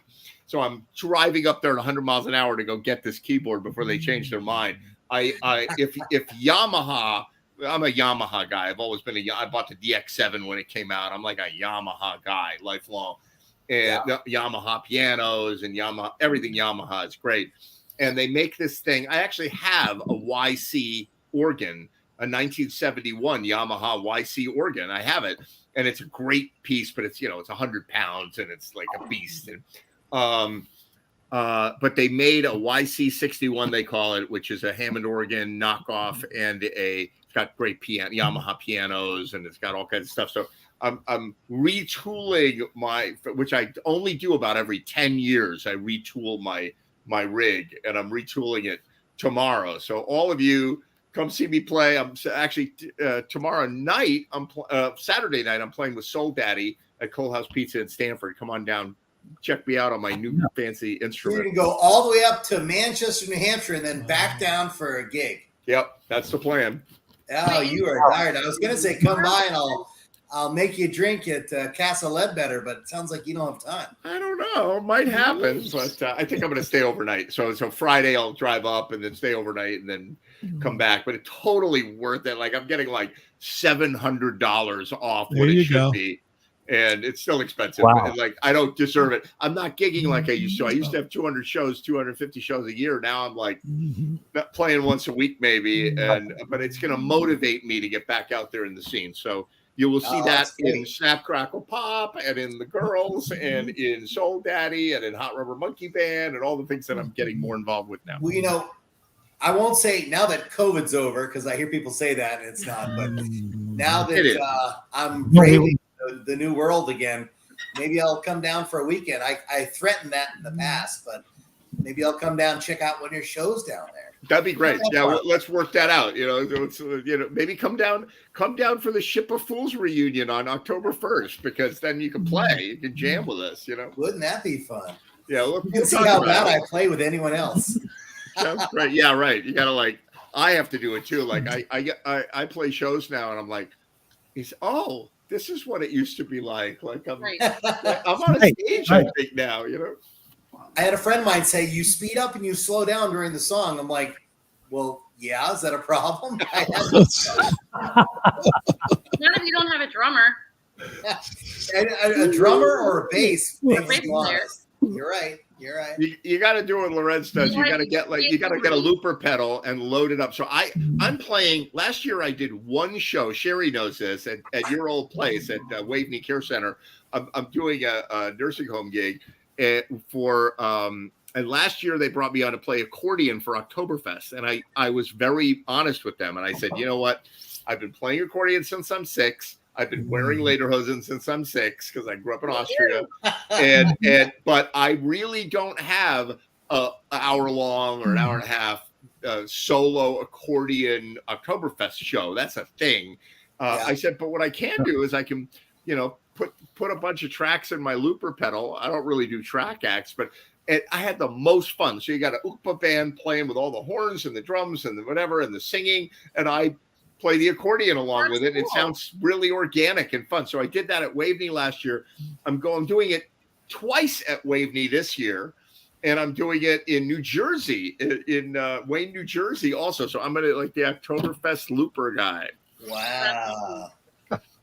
On the accordion, You are something. Mm-hmm. Exactly. Speaking of the Oktoberfest looper guy, Dennis Loren. Good, how are you guys? Good to see you. It's the loopy guy. The loopy guy, yeah. The loopy guy, Dennis. Enough drugs, everybody's loopy, right? There you go. That's it. Good to see you. I don't know if you caught the show earlier, but Lorenz Fish came on. And are we pronouncing your name right? Is it Lorenz? Yeah. We got it. All right, good. Man. Lorenz Fish. And he came on and played the theremin. Did you catch that? Oh, I did not. I have to go back. Oh, you got to rewind later. I got in just in time to see Nick's video. That was cool. Good job. So is Lorenz related to Lawrence Fishburne? It's exactly Lorenz Fishburne. Exactly. No, he's a 20+ year theremin player. Oh, wow. And it's really cool. It's watching. I hope he comes back to the show again. But I fool around with it as part of my arsenal of things that I do, which if it's not good, it's comedy, but he does a wonderful job, and I aspire someday to play a little bit like that one of these days. You are too kind. Really, it's an amazing instrument. It's awe-inspiring, the theremin, and I'd really like to get into it more. So that might happen. But so Dennis, by the way, what? Anna, I want to throw this out. You were missed at the reunion. Yeah. So for those of you who don't know, Johnny Leds and I went to high school together. We went to boarding school at Kent School, and I was going to come to the reunion, and what kept me from doing it was that normally what they do is it's a beautiful campus on the Housatonic River in Kent, Connecticut. It's just gorgeous, whatever. And they normally have like the class of, we're 82, right? So you have 82 and then 87 and then 77 and 72 and whatever. So you have like every 5 years and they get together or whatever. And so you'll have 200 or 300 people at the reunion or something like that total for all the classes. This time they said, well, because of COVID, we're adding anything with 0, 1, 2, 3, 7, 8, 9, 4, and it was like it was going to be so crowded, and I was like, I don't want to get COVID, so I didn't go. But otherwise, I'm sure you had a blast there at the reunion. It was actually a lot of fun. It was like the other ones, we, as always, our class was the most rowdy.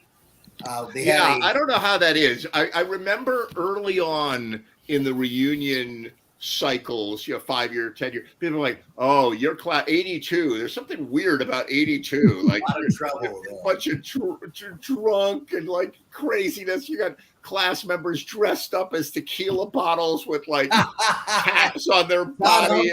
Yep. Yeah. And so, it's true though. It's really true. But anyway, I will see you at the next reunion. I'll be there. The reason I stopped going to reunions. Definitely have to hit gulp 50. I mean, Jesus. Don't even. Are you telling me it's going to be depressing? That's not right. That was 40. Oh, that's not I stopped right. going to mine because of all the old people that showed up. That's the thing. That's the thing. No offense, Johnny Les, but I look at pictures of our class and I'm like, oh 82, my God. 92, 02, 12, 22. Yep. 22. Holy shit. Yeah. My 50th is next fall. Oh my God, it's not even possible. My father would introduce me to his friends. He'd be like, this is Bill. And Bill, we've known each other for 48 years. I'm like, Dad, that's not even a thing. Like, that's not even possible. And here we are. Yeah, I took my mom to hers in Illinois a few years ago. That was I remember kind that. of fun. What was that? Like a 70th? Yeah, something like that. Jeez. 84? Oh No, my- 86. She's 86. Oh my God. So yeah, there was a few of them there. I think there were still 30 people there. Yeah, from her class. And you know what? It's only going to get worse because people are not.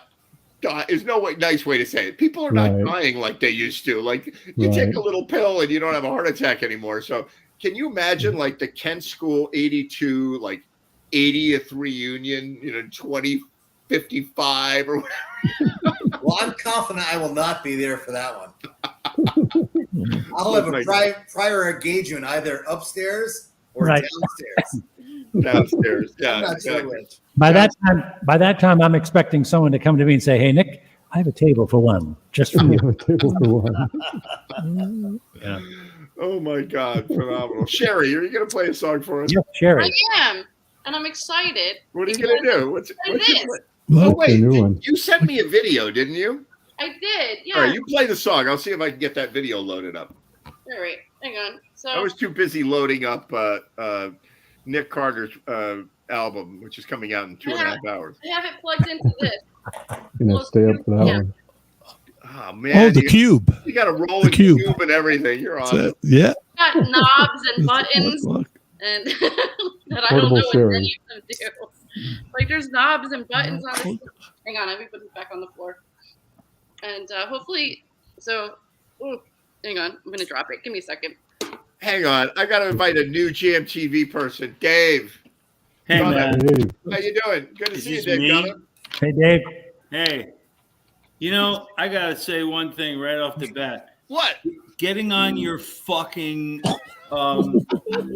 website is like a master's degree in communication. I gave you that master's degree about 2 years ago. Yeah, I You were at know, St. Croix. but I just got home and I went, wait a minute, I haven't done this in a long time, and I have a couple of songs that I've been recording that I wanted to try out on you buds. I can't wait. Sherry's going to do a song on her electric Go. and then we'll have the Dave Gunner show. I can't wait. Okay, good. Then we can get a cocktail. So let me know. Is this too loud? No. Sounds good. No, crank it. Wait, no, really? No, Yeah, you're sounds fine, good. you're fine, Go. you're fine. Sounds great. Okay.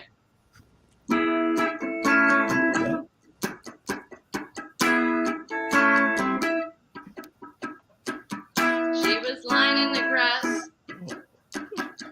She can hear the highway breathing. She can see a nearby factory. She's making sure that she's not dreaming.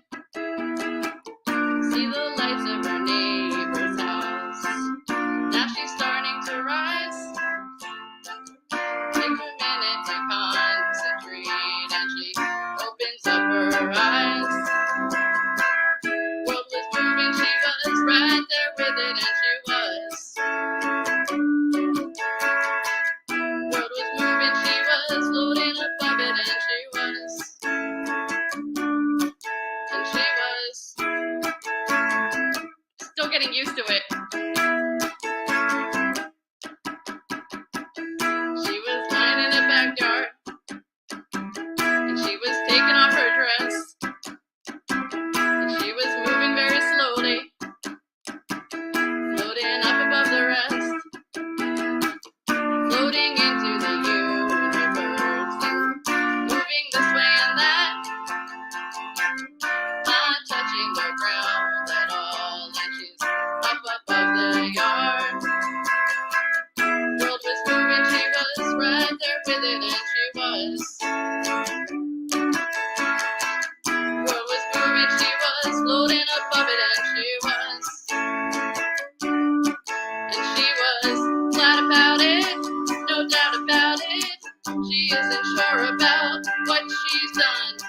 No time to think about what to tell them. No time to think about what she's done, and she was.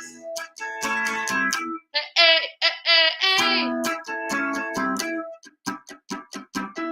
She was looking at herself. Things were looking like a movie. She had a pleasant elevation.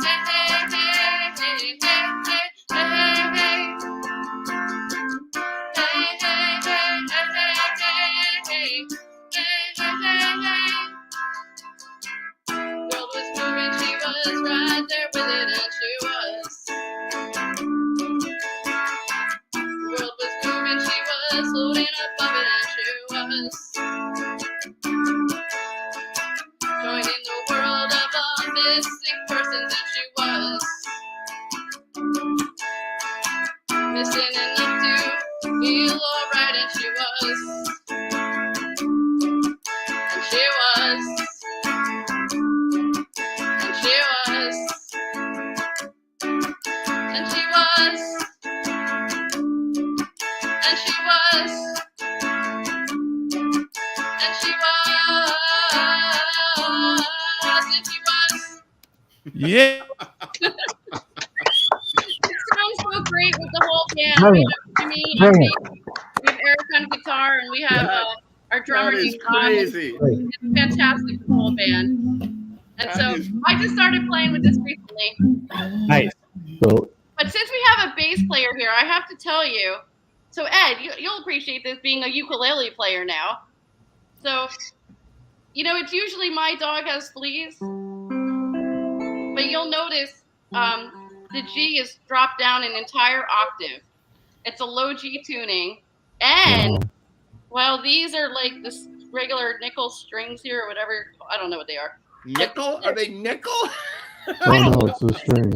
The round wound. But this, make sure everyone hears this, is round wound. No way. Round wound. Round G. And I've never, Yeah. this is the first time I've ever played with the low G, and it gives a much warmer. Yeah. So wait, so Wonderful. so if I got one of these electric ukulele things, I'm going to be like totally excited to have it. Is that what's going to happen? What's up? I have to copy you now and get an electric ukulele. Well, you said that you wanted to play like even a quarter as well as Lorenz. Well, that's how I feel about you, Ed, and you know that. I always say, like, I want to play like Ed Train. What would Ed do? I stand there and I, like, at a gig, I'll stand right behind Ed and watch his hands.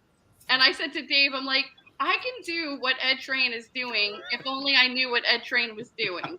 And I try to explain it. It's not a secret. I don't I know. feel pretty confident that if I understood your brain power, like My brain is broken. My brain was broken at an early age. I came this way, so. So I can't quite announce it yet because the details haven't been finalized, but we have our own little Oktoberfest party coming up, our Snap Crackle Pop, and more details to follow. And they know, I said, we are not a polka band, like you said, we're not, but I am going to wear my German dirndl, and I am going to play like one or two songs on the accordion. So, Wow. Like we're going to play In Heaven, There Is No Beer and stuff like that. Fantastic. And Ray Simonelli likes to call me Edna Train when I try to imitate Ed. That is a rip. So Ed and I just sit here copying each other. That's true. But this thing That's is true. fun. I may have to crash that. I may have to crash that event, I got to do another one. I'm just crashing here. All right, do one more, and then I'm going to bring my good friend Dave Gunham up. Okay.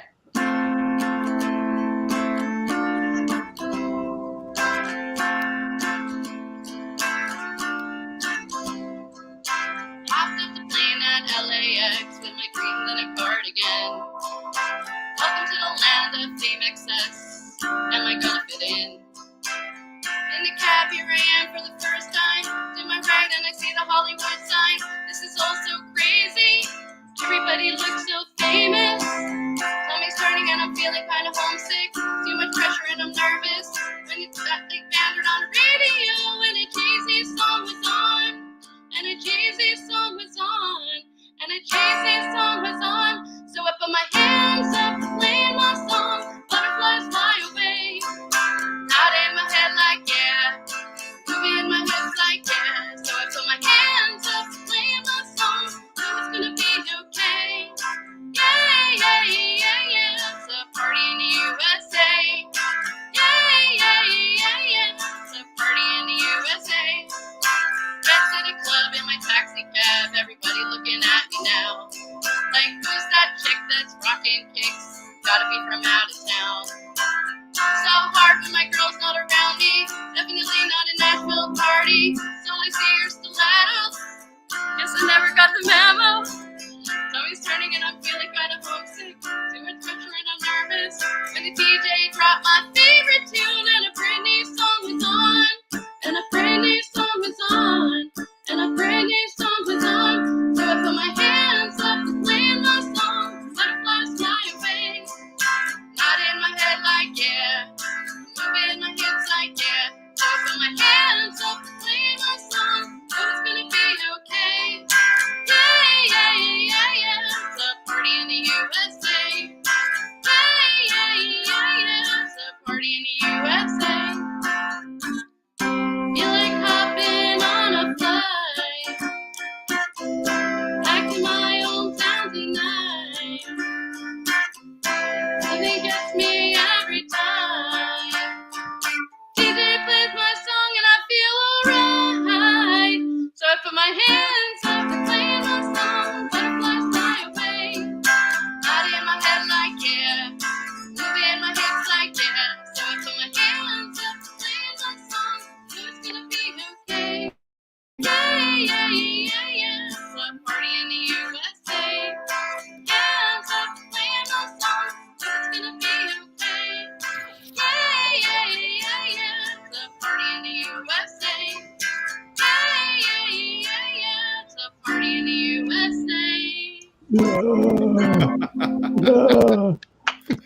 Fantastic.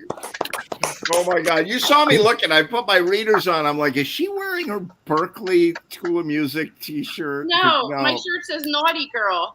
There you go. Yay. Sherry, product of Berkeley School of Music with a master's degree from Berkeley. And that's what happens. That's what happens. There you go. I love it. Nice work. I remember, Dave, Ed, I remember, was it D Brown? Was that your jam one night? And he let me play his Telecaster. It was the first time I ever held a Telecaster in my life. Right. Oh my God. Yeah. And so he was at like 323. And I put the thing on me and I'm just like overwhelmed by the fact I'm holding a Telecaster because I've never held one before. And I'm like, what does this knob do? And you're like, what school did you graduate from? What'd you study at Berkeley? Music therapy. Nice. Okay, then that explains it. Yeah. That's a musician job you can actually make money at. I play music. Can you leave me your number? Yeah. I play music all day at work and I get paid for it. There you go. That's the way to do it. It's important work too. As you can see, I failed my interpretive For those dance. who don't know, I do work in hospice and I do end of life music and it is very rewarding. You work at hospice? Yeah. And you play end of life music? Yeah. Oh my God. Yeah, that's a serious job. Yeah, Oh my God. I really love my job. I feel honored. I feel honored to do that work, and I feel honored to just have heard you play. Oh, thank you. That is, my dad died in hospice. Oh, I'm sorry to hear and that. I watched that, and if he had somebody, he should have had me, but he didn't. But if he had somebody to play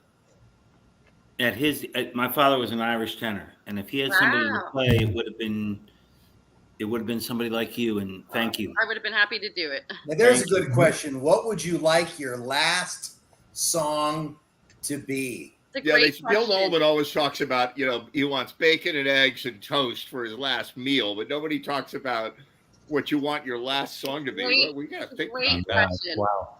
That's a tough one. This is the end. The end by the door. This is the end by the door. Another one bites the dust. But do you know what is one of the most popular? I heard haven't that had one. to do it, but one of the most popular songs requested at funerals is the Monty Python song. What's the song? Somebody's From Meaning of Life. I think I know what you're No, not talking the about. Meaning of Life. Always look at the bright side of life. Look at the bright Always side look of at the life. bright side of He life. has a line in there. Always look at. What's that? the What's that bright James side. Taylor song? The secret of life is enjoying the passage of time. Or you James take Taylor. your I mean, that breath. might be mine. What's that? Nice one. The secret of life is enjoying the passage of time. That's not the name of the There song. we go. Right. But it's Yeah, James Taylor's Secret of Life. You got it right. is that the name of the song? You got it right. Yeah. Yeah. If I was going to go, that'd probably be mine. But you know what? It's Johnny. It's a really interesting question, and it's something that I might pursue more in my work because they like the social workers come in. Where do you want to be buried? Where do you want your ashes scattered? Who's your conservator? Who's going to take care of all that for you? Blah blah blah blah, and all these things. But never do they say what do you what do you want your last song to be? Great question. Well, nobody would think that. No, it's a great. But you sing at hospice? Yeah. Yeah. As people are in hospice? Yes. God bless you. Thank you. I bet they enjoy that. When my in-laws died, they did the assisted living and all that. I always thought it would be fun. We went to an Elvis impersonator one weekend, which was kind of fun. I always thought it'd be nice. I don't know if I'm good enough to do it, but maybe I would just go to a assisted living and play for 40 minutes. Now I don't know if I know the right genre for them. No, I've actually done that. That's way different than what she's talking about. No, I get it. Everybody's still there and they're still kicking and they still But think they're going to be it's okay. equally important. It's equally important, and it's a great thing, and you should do it. And Look up. No, go ahead, Sherry. decades move on, as long as you're still playing classic rock, you're going to get the people who want to hear stuff from the 60s versus stuff from the 40s. You know? Yeah, if they say play Sinatra, I'm going to be in trouble. You know, yeah, but like I've been a music therapist for over 10 years, and it was Sinatra. But now 10 years, now you're going into the 50s, and in 10 years, now you get to the Beatles and exactly. and that Beatles era. and Elvis is where it's at right now. I'll crank out the Beatles for them if they can handle it. John, if you're I'm sorry. I just God bless you. Oh, thank you, Dave. John, you, if you're you made my night. Thank you. That's good. Curious, So John, Dave Gunham, there's something called Musicians on Call. I'm sorry. If you're serious, there's something called, John, if you can hear me, something called Musicians on Call. Yeah, It's called Musicians on Call. I've been a volunteer with them since 2013 in the New York area. Awesome. And I'm sure they're active or in your area. Check them out, look them online. You know, you send them a little audition material, they watch you play. I know you'd be great at it. I've watched you, you'd be great. And it's Musicians on Call. Yeah, that's great. It's not, be fun. It's not quite as intense as what Sherry's doing because a lot of these folks are in recovery and they are going to go home. But at the equally same time, important, it's still, really. You can't underestimate it. but at the same time, it's very important. And it's when I've worked in nursing still homes, worthwhile doing. I've had bring Ed Train to work day, and I would Ed and I would show up in lederhosen and whatever, doing or cowboy outfits or whatever. That's what he does. But it's so important, and it all got squashed during COVID, and so now it's starting to come back, which is really nice. So I'm glad that Ed is still. When I die, I want Ed to play the theremin. Theremin. I'm there. Lederhosen. It'd be great. No, and the accordion. Ed, you should go to Waveney and bring your theremin and let the residents move their hands around and stuff. It's a great idea. Hey, That would be Ed, interesting. I had one of the greatest quotes I've ever heard. Guy said, "Man knows how to play an accordion, and he still doesn't." Right, I've heard that. I think Tom Waits is credited. That's it. It was a Tom Waits quote. That's a gentleman can play accordion but won't. But won't. Yeah, I saw it and I went, now that. Lorenz, have you ever thought of playing nursing homes and stuff with like Over the Rainbow and stuff like that? Oh God, that's funny. Have you ever thought of doing that, Lorenz? No, but I took my portable theremin to visit my sister when she was in the hospital in California. Right. And took it into the hospital room and set it up. It's a little bitty thing, and but it's quite competent for its size. And played a bunch of stuff similar to my playlist. These old familiar tunes. They would love it. And they would absolutely. It was such a hoot. I mean, she passed away this year actually, but that was a few years ago when I was visiting her and. Nurses would pop in and go, "What's going on in here?" And tell people, "Hey, check this out." It was fun. She wasn't in an end of life situation at the time, but it was a hoot, it sort of just livened things up for everybody there. I enjoyed that immensely. I'm already in an end of life situation. I just don't know when it's coming. Yeah, right. Right.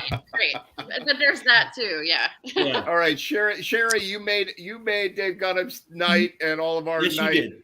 Dave Gunham, make our night. Let's have okay. I've got a story to tell first. All right, go ahead, because I missed you, and I'm so glad. When are you going back down to the islands? I may go back in November. I'm not quite sure. I may play for a month.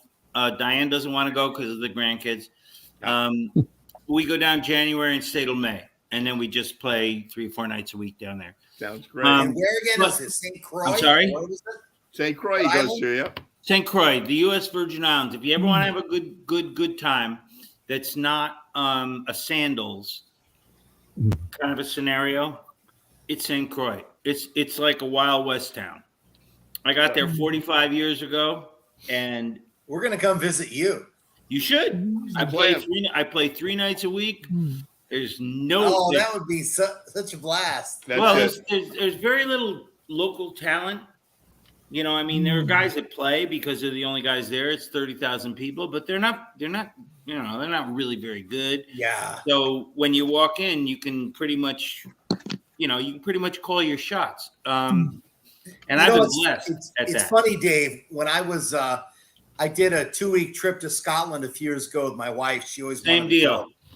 And a guy on our trip had a collapsible guitar called a Voyager, and the neck would fold in half, which was really cool. Yeah. And then he'd flip it out, and then you would play. And I always thought that would be so great. That way I could travel with it, because when I travel, I'm kind of jonesing to play. In fact, when I was down visiting my mother in February or March, I almost bought a guitar to leave at her house. And I said, "You mind if I leave a guitar down there?" She's like, No. But it's a pain in the ass to bring a big guitar, especially now with the airlines. I have 2 guitars in St. Croix that stay there all year round. My best guitar is actually in St. Croix because I play there more than I play here. Wow. But I bought a second one this year because I went, if this thing breaks, I'm screwed. Yeah, I don't think I want to bring the Taylor down there. But anyway, Ed wants me to shut up. Come on, play some. Yeah, play some music. Here's my first story. It's really quick. I've been playing at the Long Ridge Tavern forever, 45 years. Yes. They changed it to this, what do they call it? Farmhouse at the Crossroads. Okay. And I went in and I looked at it and I went, Jesus Christ. And I mean, Ira was the owner for 21 years. And I said, what's going on? He goes, I sold it to them, so I don't know. And their menu is horrible. Oh, no. And everybody has said to me, it's horrible. The girl calls me up 2 days ago, and she says, can you come play? And I said, no. I said, I'm not sure I can bring many people because the old tavern crowd won't really go for this. She goes, I don't care. I need to reevaluate, and I need to show them. And I said, yeah, okay, I can play. So I'm going to play solo tomorrow. I haven't played solo in, I can't tell you how long. But so that's tomorrow night.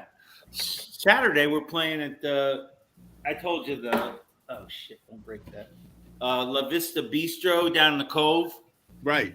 Wait, what are your hours tomorrow night? What are your hours tomorrow night? It's 6 to 9. But if you come, go to the bar. I am playing from 6 to 9 right down the road from you at Cool House Pizza. Are you really? Well, with Soul Daddy, yeah. You're still out of luck because I'm playing from 6 to 9. Yeah, they're all going to go to you. Telling me we're going to play outside. I said, no, we're not. Ed, I thought your thing was Saturday. Oh, yeah. Saturday night is La Vista Bistro in Tomorrow's Stamford. Friday. Friday is the old Long Ridge Tavern. You're right. My gig is Saturday. Saturday. Yeah. Well, if you want to come for a drink on Friday, I'm going to Manchester, New Hampshire to buy a keyboard tomorrow. That's a long plane ride to get to my gig. I'm the Jam TV administrative assistant. I keep track of that. Oh God! In Hollywood, they call you the script girl. All right, Gunnar, go ahead. My story that is really heartwarming and wonderful. My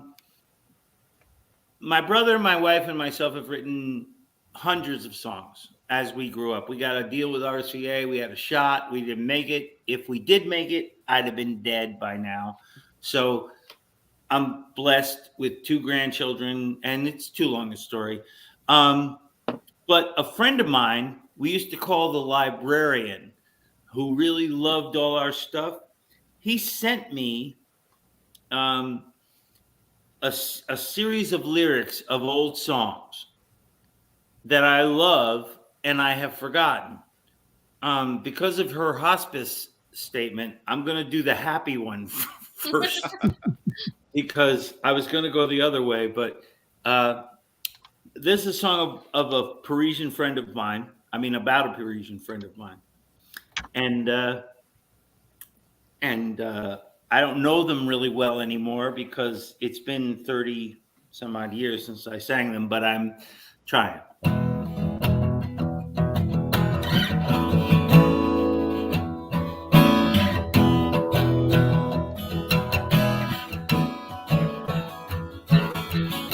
Never thought that I would see you this happy. I never thought I'd see the day that you'd go. Oh, for oh so long, I hope it was coming. Still, I didn't want my feelings to show. I guess that everyone goes home sometime. Everyone goes back to Paris. So bon chance. Good luck to you, my friend. You got to be sure to take good care. If I don't see you again, take every day as if it were your best. Bon chance.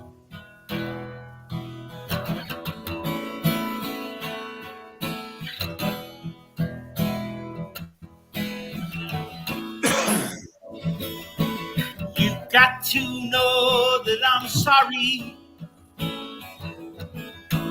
Part of me is gonna go home with you. But don't ever look over your shoulder. 'Cause a man's got to do what he'll do. And I guess that everyone goes home sometime. Everyone goes back to Paris. Oh boy, but bon chance.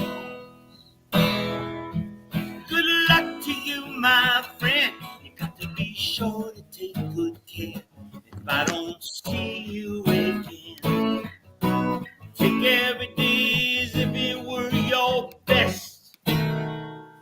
Bon chance.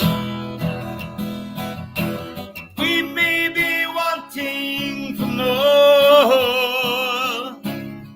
Hey, what do you think that good friends are for? Someday I'll come back through your door and take you walking. We'll go walking. Yeah, yeah, yeah.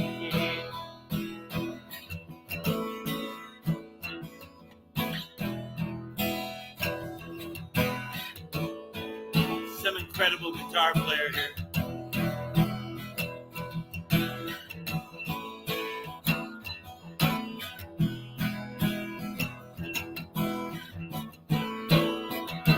Well, I guess that everyone goes home sometime.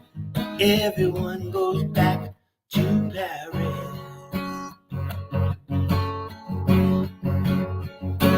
I guess that everyone goes home. Go see your family and smile, smile, smile, and bon chance. Good luck to you, my friend. Got to be sure to take good care. If I don't see you again, take every day as if it were your best. Make it a little bit better than the rest. Take every day as if it were your best. Bon chance. Bon chance. Good luck. Good luck. Bon chance.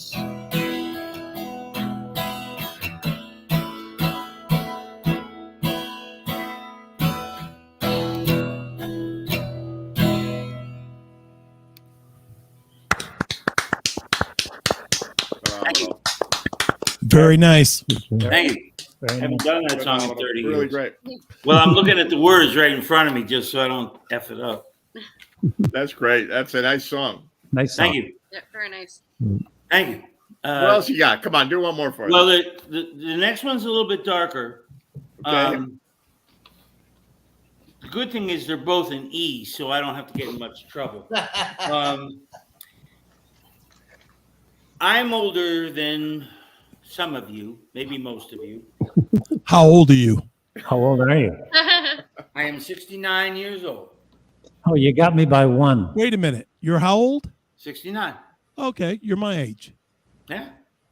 And I don't see I don't see 69 when I'm looking at a young lady like that. You know, I'm 18. I can understand that. You know? My 30-year reunion is this year, but I don't think we're having one. Either we're not having one or I wasn't invited. Your 30-year? Yeah. Go park it. I graduated in 92. There you go. Yeah. Okay.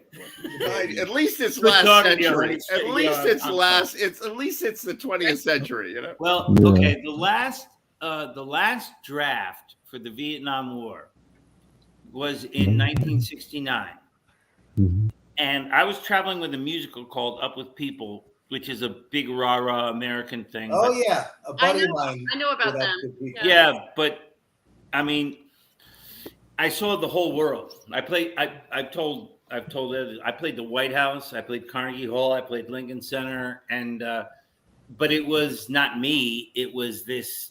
The group.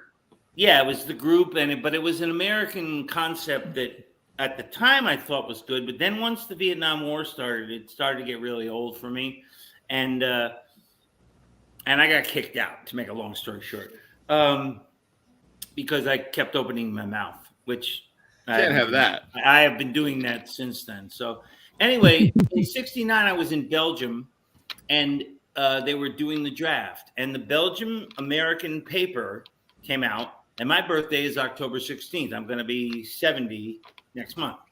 And I opened it up, and they had the list of draft numbers. Wow. And the first draft number was October 16th. And I went, okay, I'm fucked. You know, I'm fucked. And not only that, am I going to go home? What am I going to do? You know, and I called my mother, which we all do. And I said, I don't know what to do. She goes, what are you talking about? I said, I'm first. She said, no, you're not. You're 197th. And I said, no, I'm looking right at it in the Belgian paper. She said, well, call somebody because the Belgian paper is wrong.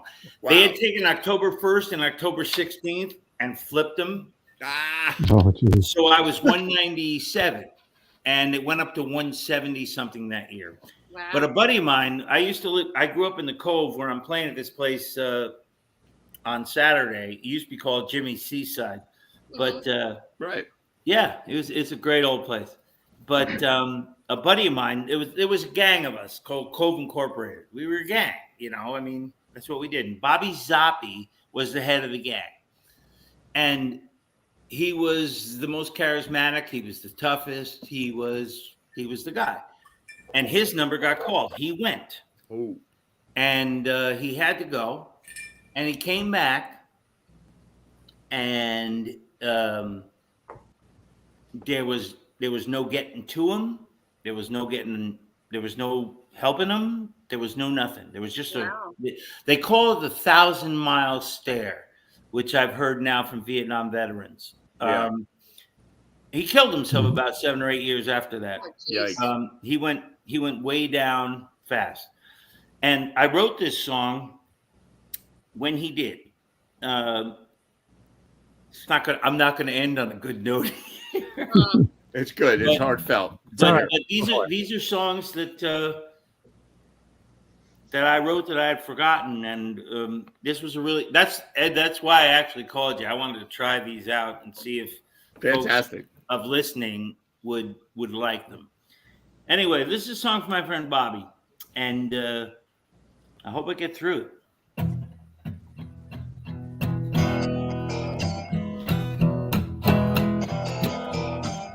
Sorry.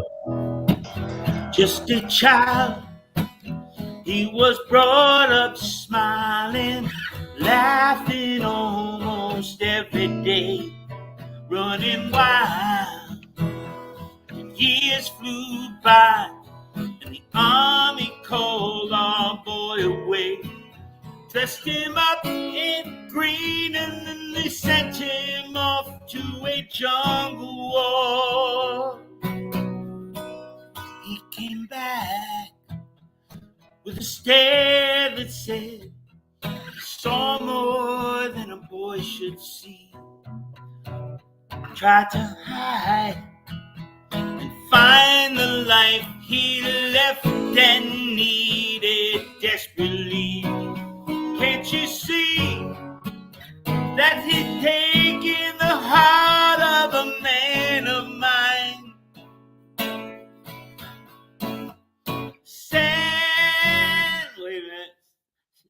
I got it. Sadly, we watched with simple silence.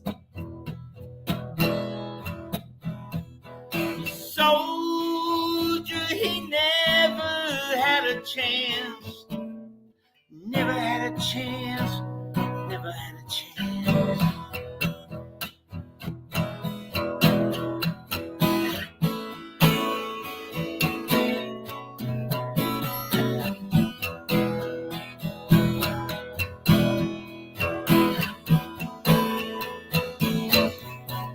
They dressed him up in green and then they sent him off to the jungle war.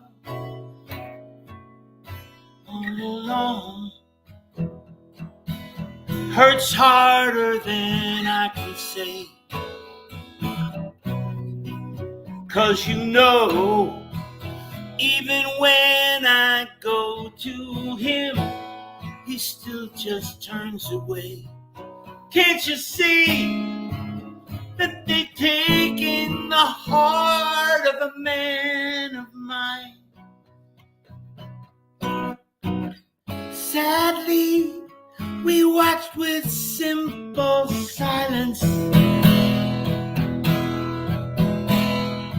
The soldier, he never had a chance. Oh, no, no, no, no, no, no.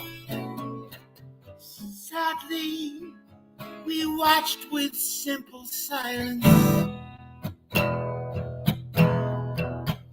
Because the soldier, he never had a chance.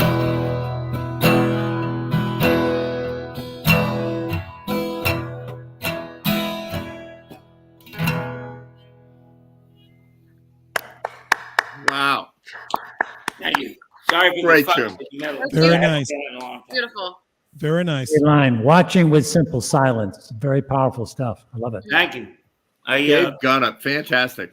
I had forgotten these two songs, and when he sent me this list of them, I saw those two, and I was at Johnny's today, and I said, "Can I just record these quick?" So I have. Cool.